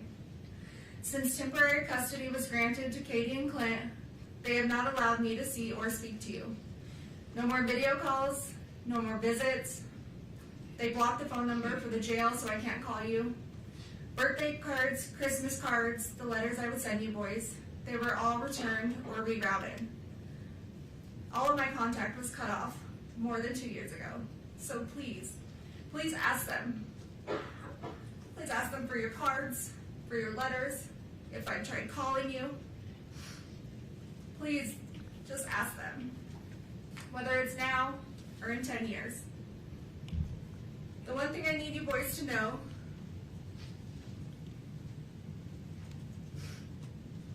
is I did not abandon you. I did not just walk out of your lives one day to never return, to never call, to never show up. Regardless of what anyone tells you, I would never ever leave you boys. And I am so sorry if for even 1 second you thought that I did. If for even 1 second you thought that I didn't love you. Because that couldn't be further from the truth. You boys are my world, the reason I continue to wake up every day and fight to come home. You're my reason for living.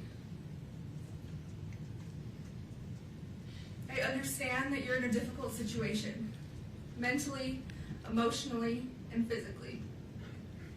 I understand you guys have been through an extremely difficult time this past 4 years. You should never have to deal with such tragedy, and I am so sorry that you are going through this. You boys have the right to be angry and sad and confused, feel in survival mode, have questions. All of this is completely valid. Your feelings are completely valid. And one day, when this is all over, we can sit down and talk about all of this and sort it all out. And I promise you boys, one day it will be over. I'm not perfect. I have succeeded and I have failed. As a person, as a wife, as a parent, we all do. I have done plenty of things I am not proud of. Some I regret, some I don't. Some I'm ashamed of, and some I'm not. I regret things I have done right in my life to later find out they were for the wrong people. I have said things I shouldn't have. I have done things I shouldn't have. Sometimes I haven't said what I should, or not meant what I did say. There are things I can't change, and long overdue apologies that I owe. There are would'ves, and could'ves, and should'ves. We all have them. We have all done them. And you boys will too one day, but in your own way. And that's okay. That's life, and we're human. Nobody is all good or all bad. We just get portrayed that way. You're going to succeed and achieve amazing things in this life. You're also going to make mistakes and fail at some things. But use those opportunities to grow and to learn. They do not define you, and don't ever let other people make you think that they do. We are not defined by our best or our worst moments. We fall somewhere in the middle, ever evolving, and you boys are ever evolving. Secrets diminish self-respect. They lose trust. They make us lose ourselves. I fell in love with someone who wasn't your dad. Your dad fell in love with someone who wasn't me. I did things behind your dad's back. He did things behind mine. Don't keep secrets. Always put your spouse first. Your dad and I didn't always do this, but don't be like us in that aspect. We made mistakes that I know I regret, and I'm sure if he were here today, he would say that there are a few things he regrets as well. Marriage is hard. Marriage takes work. Marriage takes love. Big love. Deep love. And you may think about divorce, and you will have fights, but then you will make up, and you will forgive each other. Because when your love is enough, your love keeps you together. Your love is all you need to ignore the noise. And your love never fails. Sometimes your dad would want to throw in the towel on our marriage, or I would want to throw in the towel on our marriage. But we never did. We always found our way back to each other. I would pick up his towel, or he would pick up mine. We'd hand them back to each other and start again. Because our love never failed.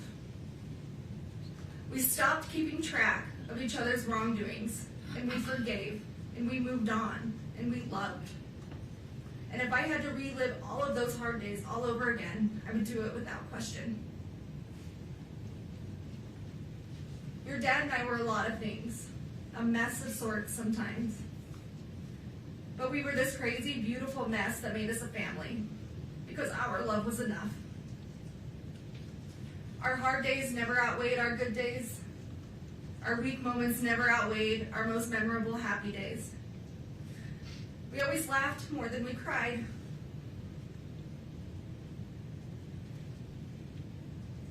We failed at some things, but we never failed at loving you boys. Our love was enough to make our house a home. Our love was enough to stay together to raise you boys. Our love was enough to forgive each other when others said that we shouldn't. To do things for each other others may disagree with. Our love was enough to protect each other, even though it may cost us everything. Love can make you lose yourself. Sometimes it makes you do things you know you shouldn't, but knowing it's not wrong at the same time. Because your spouse is your person, your love is enough.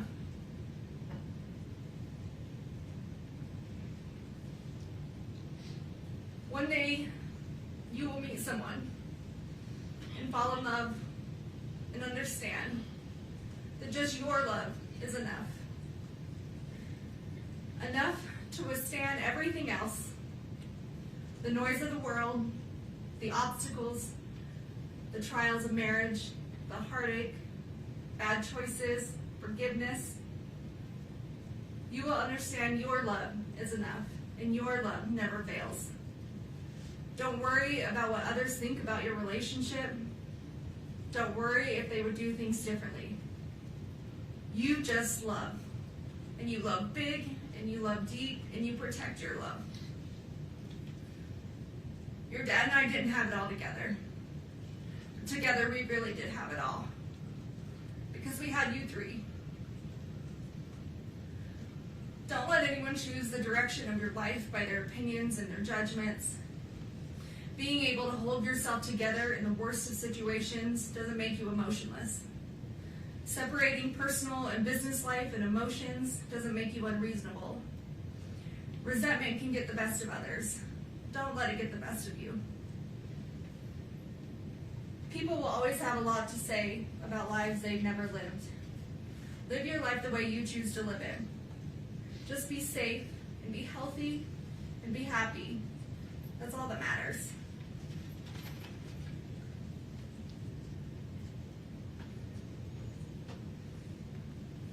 Sometimes people will want you to believe that life is simply black and white. That situations are black and white, but they're not. Life, situations, they are full of color. At the very least, shades of gray.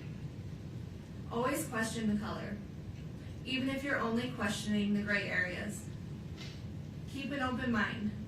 Question situations and stay curious. You will have some people in your life tell you how their love for you is unconditional. But once your most private life has been revealed, you quickly find out just how conditional their love actually was.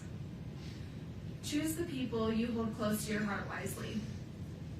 And always be the friend that walks into somebody's life when everyone else chooses to walk out.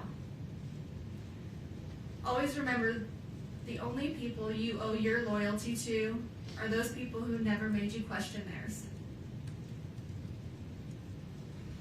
Every day you wake up, you get a second chance at life. To do whatever you want.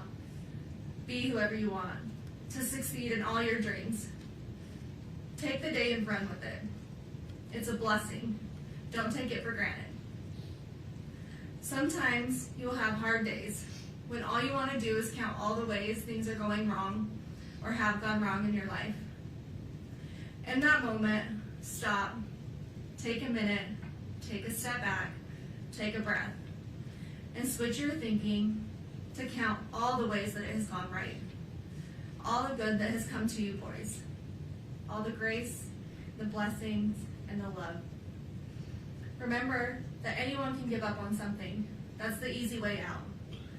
True strength comes when everyone is expecting you to fall apart, but you hold it together, persevering through the hardest of times. Always persevere. Always prove them wrong. Because you boys don't give up, and you boys will never quit. There's always going to be someone out there ready to tear you down, misrepresent you, lie about you, tell half-truths, and judge you. They will judge you on decisions you do or don't make, what you did or didn't do, what you did or didn't say. They will take out of context and twist your words. They will judge you on your emotions or the way you grieve. You may show too much emotion, you may not show enough. They will tell you you're not grieving correctly, you're too angry, you're too sad, you're holding it together too well or not well enough, or maybe you're too ambitious. They will judge you on your demeanor, if you cry, if you don't cry, if you don't do anything at all. And all of this will get misinterpreted into something that it's not, formed by the opinions of who's ever creating it.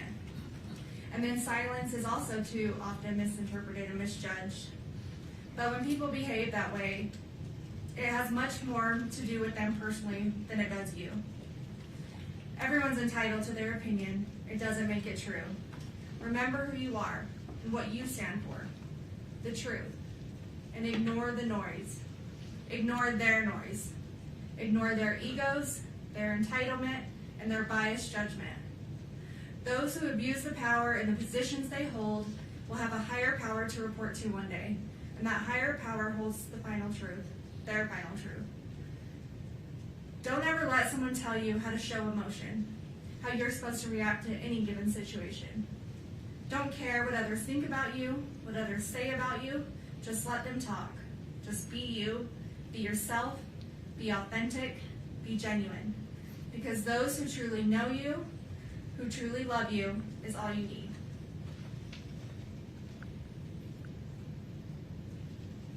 Forgive those who turn their back on you, but never forget. Don't hold hate in your heart toward others. It only brings you down more than it does them. Apologize when you're wrong, even if that apology is long overdue. You can't change what you can't change, and you can't change the past. But you can take accountability when you mess up. Admit when you make a mistake, even when it's embarrassing or humiliating, even when it can ruin relationships, careers, or your integrity. Be honest with yourself and those you need to. But never apologize for something you didn't do. Never admit to something you didn't do. And never beg for mercy for something you didn't do. Don't take the easy way out. Always stand up for what's right, even if you find yourself standing alone or with a small group of people that love you. Believe in yourself and be brave. Never give up on your fight, no matter how long it takes. Months, even years. Never give up on truth, justice, and the fight of corruption. When something is broken, fix it. When something doesn't make sense, question it. If money is paying for it, follow the money. Your brothers are your best friends.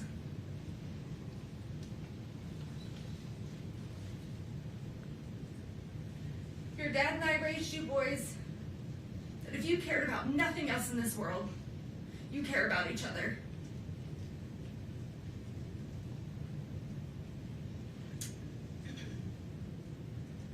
Your brothers will always be there for you. They will always be your brothers. You love them. You protect them. You take care of each other. You support each other. You help each other. And you trust one another. You be loyal to one another. And you keep each other safe and healthy and happy. And you stay together no matter what.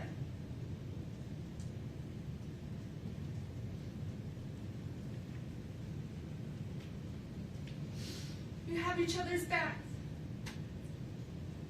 Be patient with one another.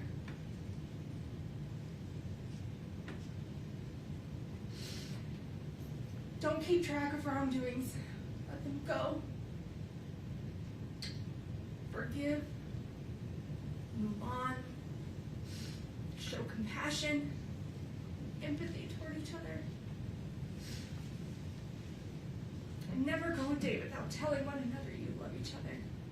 Because you are never too old, or too cool, or too busy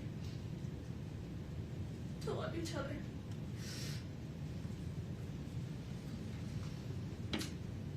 Don't ever settle for just good. Go for great. In school, in your career, in hunting, in fishing, relationships and your goals exceed expectations. Be like your dad. Be generous. Be charitable. Stay humble. Give when you have too much. Give more than you take. Help when others are in need. Serve your community. Be like your dad. Never stop learning through education, through people, through travel, culture, through business and friends, from your success and achievements, from your mistakes and failures. Be like your dad.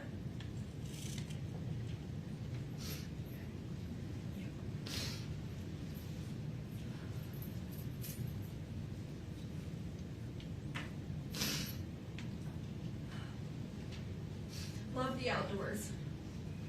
Find your peace, your therapy, your heart and soul on the top of a mountain somewhere where it's quiet, where it's calm,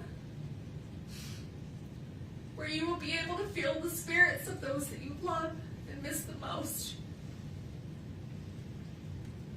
Be like your dad.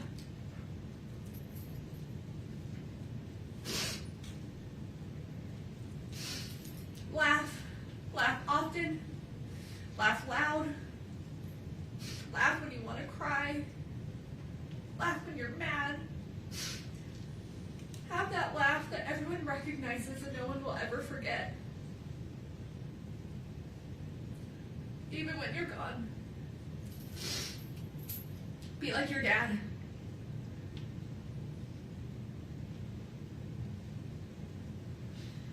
Love your family through the good, the bad, the disagreements,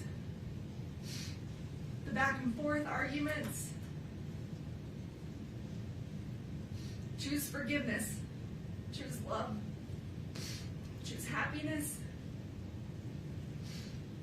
Be a loyal brother. Be a noble son. Be like your dad.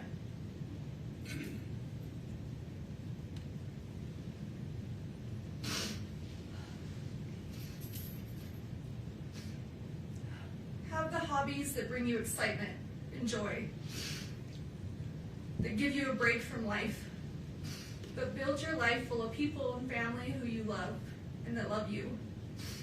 Build a family that makes you happy to come home to every day, with a career that makes you hold your head high.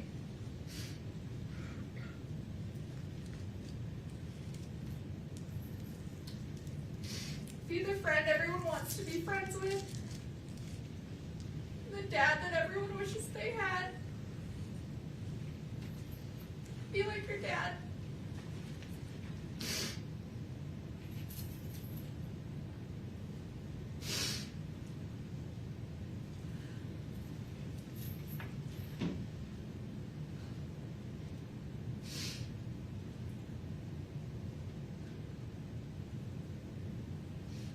As your parents, your dad and I wanted to give you every opportunity or choice that we didn't have. We would do anything for you boys, or break our backs falling over obstacles and finding our way to be sure you had the best of the best. Even if we didn't always do it well, or have the right answers, or the words, we would give you everything that we had.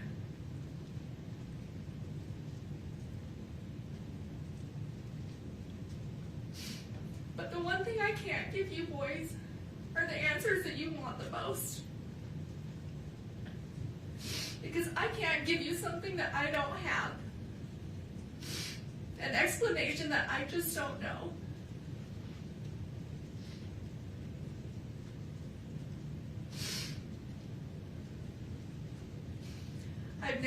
lost a son. I've never lost one of my brothers, a nephew, or a best friend.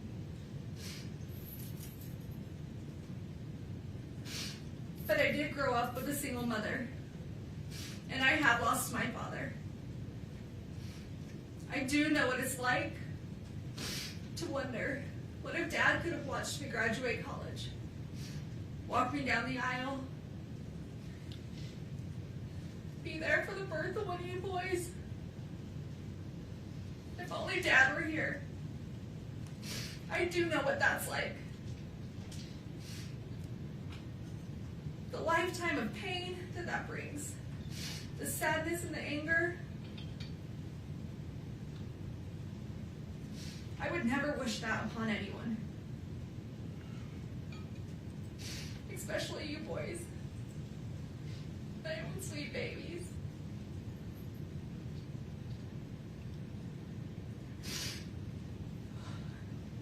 It's a lifetime of what ifs and if onlys, an empty hole in your heart where your dad's supposed to be. He's supposed to fill. He's supposed to walk through life with you, with us, with our family. I do know what that's like. So murder, an attempted murder, 4 years later,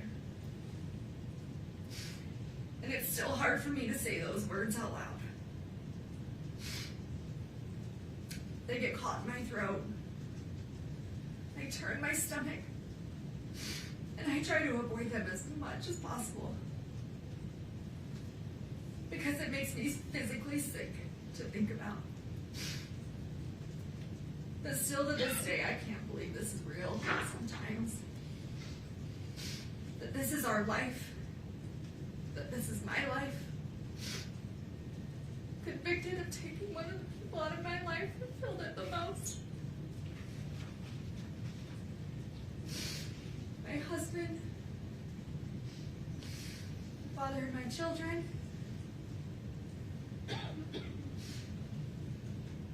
still in shock and still in disbelief.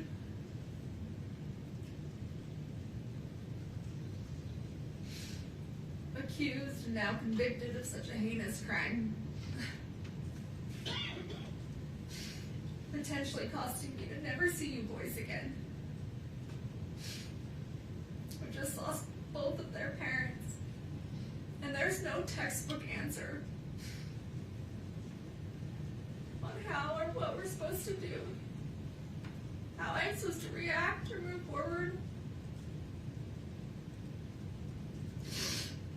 And I'm so sorry you boys are being pulled through the middle of this absolute chaos.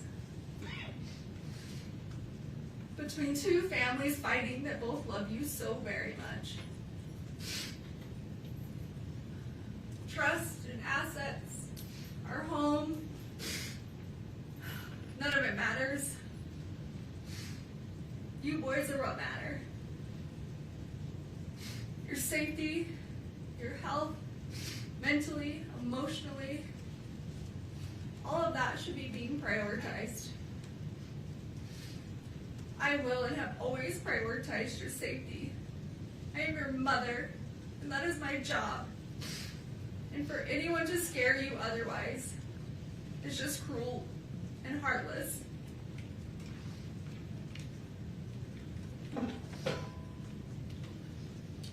I'm sorry that 8 people from a jury who have never met you or me or our family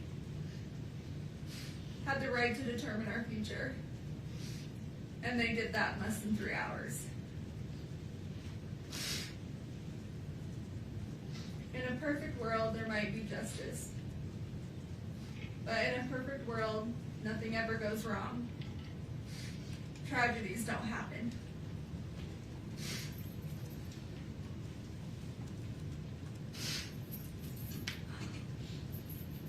Some think a verdict or this sentencing will be the answer that they seek or that they need.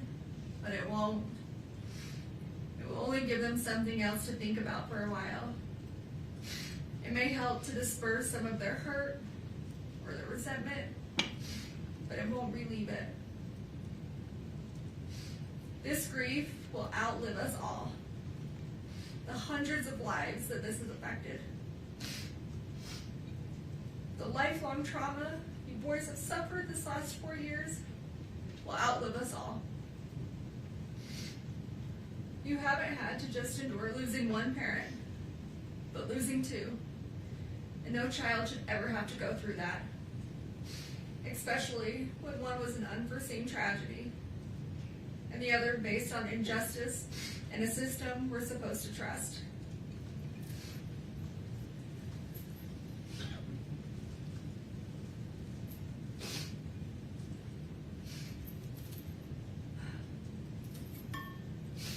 Your dad's memory will always be the kind that's a physical hurt. The tightening in your chest when you think of him. Particularly on days like today, his birthday. Because he was so loved that no verdict or sentence will ever be able to release that kind of suffering. I'm broken. I'm broken without your dad. I'm broken without you boys. God did not put me in this world to take a life. God put me in this world to give life. Your lives. And I don't know who or what I'm supposed to be if it's not a mother. Your mother. And as much as you've been influenced into thinking that Dad was murdered, that I took your dad from you, that is completely wrong and an absolute lie. And the thought of that is still as absurd today as it was 4 years ago. And just because someone may not be perfect, that's a far reach for them to be capable of murder. To kill someone. Our someone. Your dad was in physical pain. A lot of physical pain. And just because some people didn't know or didn't want to see certain things doesn't mean they weren't happening or they weren't true. He would have never left us intentionally. And I would have never taken him from you, from us. He was the glue that held us all together, that made us, us.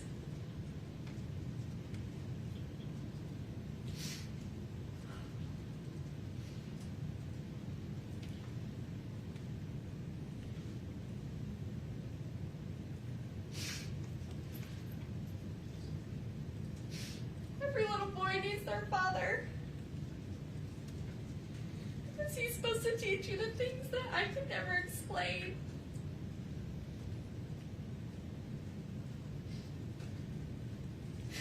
He's supposed to teach you and do things with you that only a dad can do.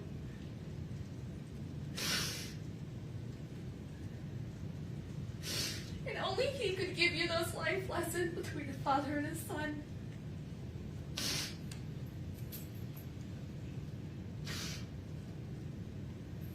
I would have never taken that from you boys. I know how much you need him, how much you love him.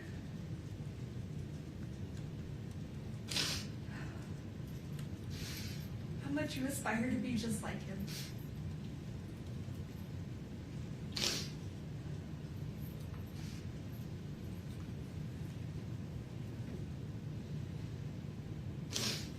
And I would have never taken that from you. And I'm so sorry that I can't bring him back. For you, for me, for our family.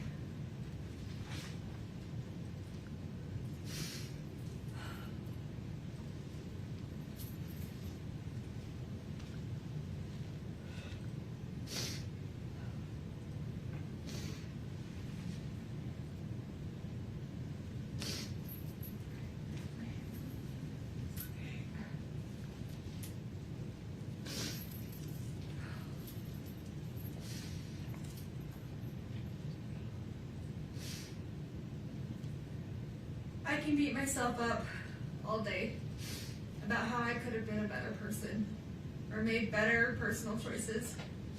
And I can understand and accept you boys being upset about those things. But murder? No, absolutely not. I will not accept that. And I will not be blamed for something I did not do. I will appeal and fight these charges no matter how long it takes. Not because I have anything to prove to this court, to the state, to the Richens family, or to the world, but I do have something to prove to you three. I do care what you boys think, and I need you boys to know the truth. And because of that, I will never quit or give up on this fight for justice, the truth, and coming home to you. So please, I know that right now you may not believe me, that you believe I took Dad from you, and that's okay. I still and will always love you, and I'm asking that you please just don't give up on me. I'm coming home, not today, not this year, but we're going to make this right. Our justice system will get this right, although this courtroom can't seem to. We have a long road ahead, but I will never quit fighting my way home to you boys. I love you more than these words could ever express. I loved you before I ever met you. And I will love you long after I'm not here to say it. And every minute of every day, I miss you boys more and more. And I think about how much I wish I could be with you, and this nightmare would go away, and we could have our family back. This entire situation isn't fair to anyone, but it's especially not fair to you three. And you boys are all that matters. I want to remind you just how strong you are, that you are loved by so many, and I am beyond proud of you, of everything you have overcome, everything you have achieved, and how much you bring into this world.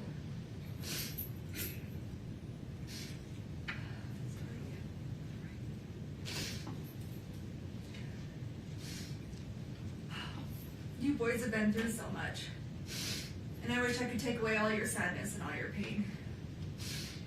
Tell you how much Dad and I love you, and that everything's going to be okay.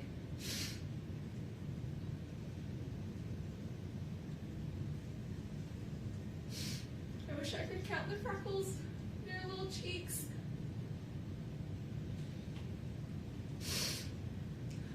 Read you books before bed. And help you with all your homework. I wish I could help you through your toughest nights and hear your laugh through your happiest days. But for now, that's just not the way it is.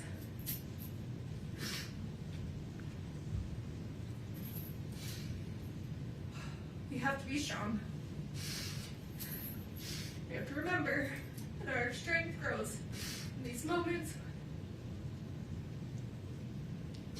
We don't think we can go on. But we keep going on anyway, because we have to push through these hard days. Because in the end, at the end of this war, it will be so worth it. But I need you boys to always keep pushing through these hard days, because this will come to an end. I just need you to hang in there. Listen to your little hearts. Listen to your little bellies for the truth. Before you were told who to be and what to believe, remember who you are. Remember who we are. Remember our family. I will continue to call you every day, even if my calls are blocked. Just so you know that I'm here. I've always been here. And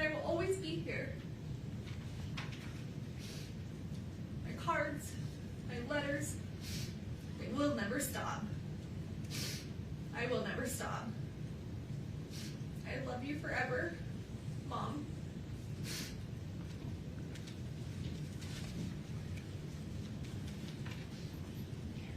That's all you're.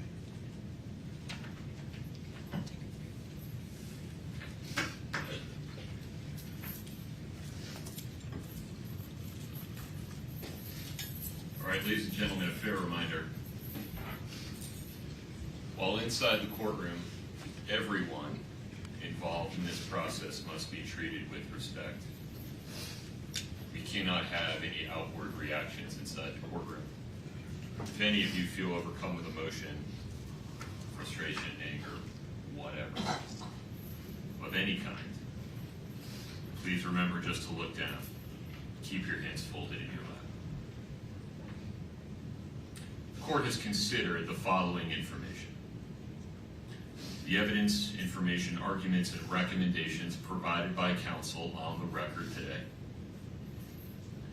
The victim impact statements and other statements made on the record today regarding the appropriate sentence.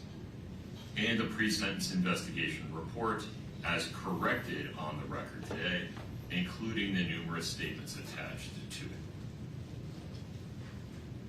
In addition, the court has considered each of the factors set forth in Utah Code 76-3-201 subsection 2B and has prioritized those factors as required by section 201-2C. Having considered the gravity and circumstances of the offenses for which Ms. Richens has been convicted, the number of victims, and available information regarding the history, character, and rehabilitative needs of the defendant, the court hereby orders that the sentences on counts 2 through 5 shall run consecutively to each other and to the sentence imposed on count 1. Moreover, the court exercises its discretion and chooses to impose no fines related to any sentence in this case. The court addresses the 5 counts on which Ms. Richens was convicted in reverse order. Ms. Richens, based on your conviction on count 5, third-degree felony forgery, the court hereby sentences you to an indeterminate prison term not to exceed 5 years. Based on your conviction on count 4, second-degree felony insurance fraud, the court hereby sentences you to an indeterminate prison term of not less than 1 and not more than 15 years. Based on your conviction on count 3, second-degree felony insurance fraud, the court hereby sentences you to an indeterminate prison term of not less than 1 and not more than 15 years. Based on your conviction on count 2, first-degree felony attempted aggravated murder, the court hereby sentences you to an indeterminate prison term of not less than 5 years, and that may be for life. Which brings us to the final issue, the appropriate sentence for count 1. Under Utah Code 76-3-207.7, there are only 2 options. An indeterminate prison term of not less than 25 years, and that may be for life, or life in prison without parole. And the law requires that the court consider each option. Under a sentence of 25 to life, and considering the effect of the 4 consecutive sentences, the time that Ms. Richens has spent in custody, and the current practices of the Board of Pardons and Parole, Ms. Richens would likely serve approximately 30 years in the Utah State Prison before receiving her first parole hearing. By that time, she would be 66 years old. Under a sentence of life in prison without parole, Ms. Richens would be in prison for the rest of her natural life, unless the Board of Pardons and Parole determines by clear and convincing evidence at some future point that she is permanently incapable of being a threat to the safety of society, at which time the Board would have the authority to release her. Under either scenario, Ms. Richens will be incapacitated, meaning structurally prevented from harming anyone outside the Utah State prison system for at least the next 3 decades, and perhaps much longer. but the potential impact on the survivors of the tragedy created by Kouri Richins. Most importantly, Eric Richens' 3 sons, is more difficult to predict. On one hand, if the court sentences Ms. Richens to life without parole, one or more of those young men may come to resent that the court eliminated any opportunity they might have in the future, decades into the future, to express an opinion as adults with substantial life experience about whether their mother should, for example, be allowed to die with dignity. On the other hand, if the court sentences Ms. Richens to 25 to life, one or more of those young men may spend the next 30 years questioning why the court failed to protect them from the prospect of the person who murdered their father being released from prison at some time in the distant future, perhaps when they have families and children of their own. The court's contemplation of how those young men may come to feel about today's decision some 30 years from now comes from a place of genuine concern for them and humility regarding the court's inability to predict the future. Sitting here today, it is simply not possible for anyone, not even those young men, to know how their view of this case may evolve over the next several decades. My hope is that every person affected by Eric Richens' death will, over time, find their way to a state of peace. As for today, the court's duty is to make a decision, a weighty, long-lasting decision based on the best information available today. And the bottom line is this: Kouri Richins was convicted unanimously and beyond a reasonable doubt of attempting to murder Eric Richins, her husband, and the father of their 3 children. And then, having failed in her first effort of spending the next 17 days not changing course, but doubling down, preparing to try again, and ultimately completing the act through the administration of poison. And for what? Money. All for pecuniary gain. A person convicted of committing that sequence of acts in that way and for that reason, and who causes the absolute tragedy that has befallen Eric Richins' sons and family. A person convicted of those things is simply too dangerous to ever be free. Accordingly, Ms. Richins, based on your conviction on count 1, first-degree felony aggravated murder, the court hereby sentences you to life without parole. You have the right to an appeal. You must file a notice of appeal within 30 days. You have the right to be represented by counsel on appeal. Mr. Bloodworth, anything further? No, Your Honor. Ms. Lewis, Ms. Nestor. Your Honor, we anticipate filing a motion for a new trial and would like a date set. We have a substantial record in this case. We will file a notice of appeal of the conviction and the sentence and ask that everything be stayed pending the motion for a new trial as we're entitled to do under Rule 4B. Excuse me, but we think we need sufficient time to file a motion for a new trial based on the substantial record that exists in this case, longer than the typical 14 days, because this is not only the trial itself, but the years of litigation and motion practice that preceded the trial.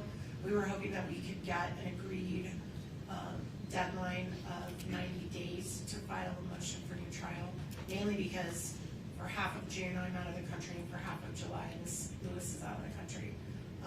Normally we would ask for 60, but there's going to be a month in there where both of us aren't available. So we're asking for 90 days. All right, Mr. Bloodworth. Your Honor, the state objects. The rule provides for 14 days. You can't imagine this is a decision that was Council's had the last 53 days to prepare the motion, 14 days pursuant to the rule. I appreciate that it's a lengthy record in this case, but the issues available for the trial are fairly narrow. The state recommends the 14-day time period as provided by law. There is one other thing, Your Honor, on that, as to why we need the extra time. So we have asked the county to retain an expert to assist to do a declaration for attached to our motion for new trial. And it's going to require us to go before a separate entity to decide whether that funding is approved, and that just takes time. So that's another issue we need.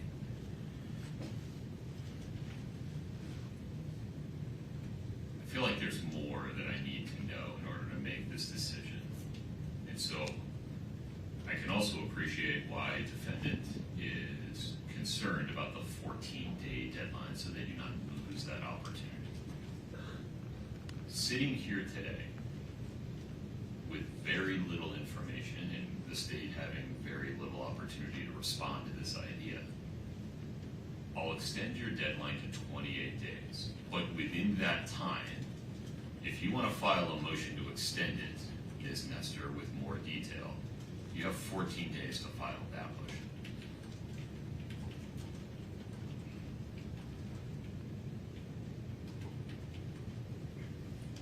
Your Honor, can I ask for clarification? So the court 14 days from now, they have an opportunity, they have a deadline to file a motion to extend the 28-day deadline. If they don't, it's 28 days.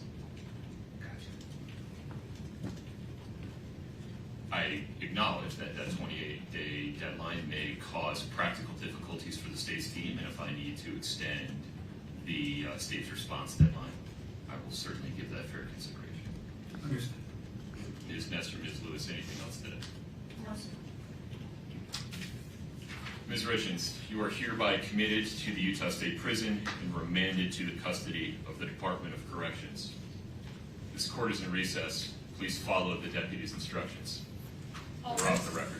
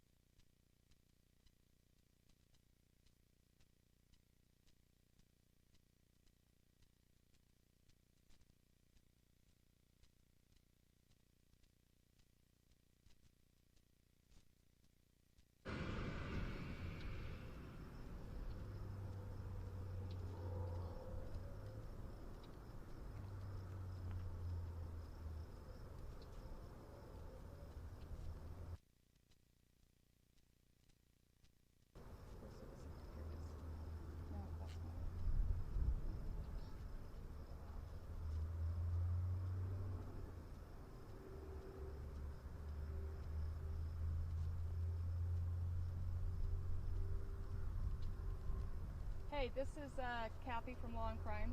I'm supposed to be doing a live shot.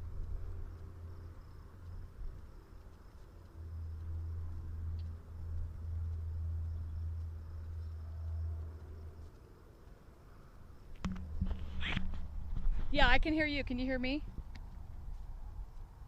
Can you hear me? Okay, so what? Yes, I'm just using AirPods. Sounds good. Okay.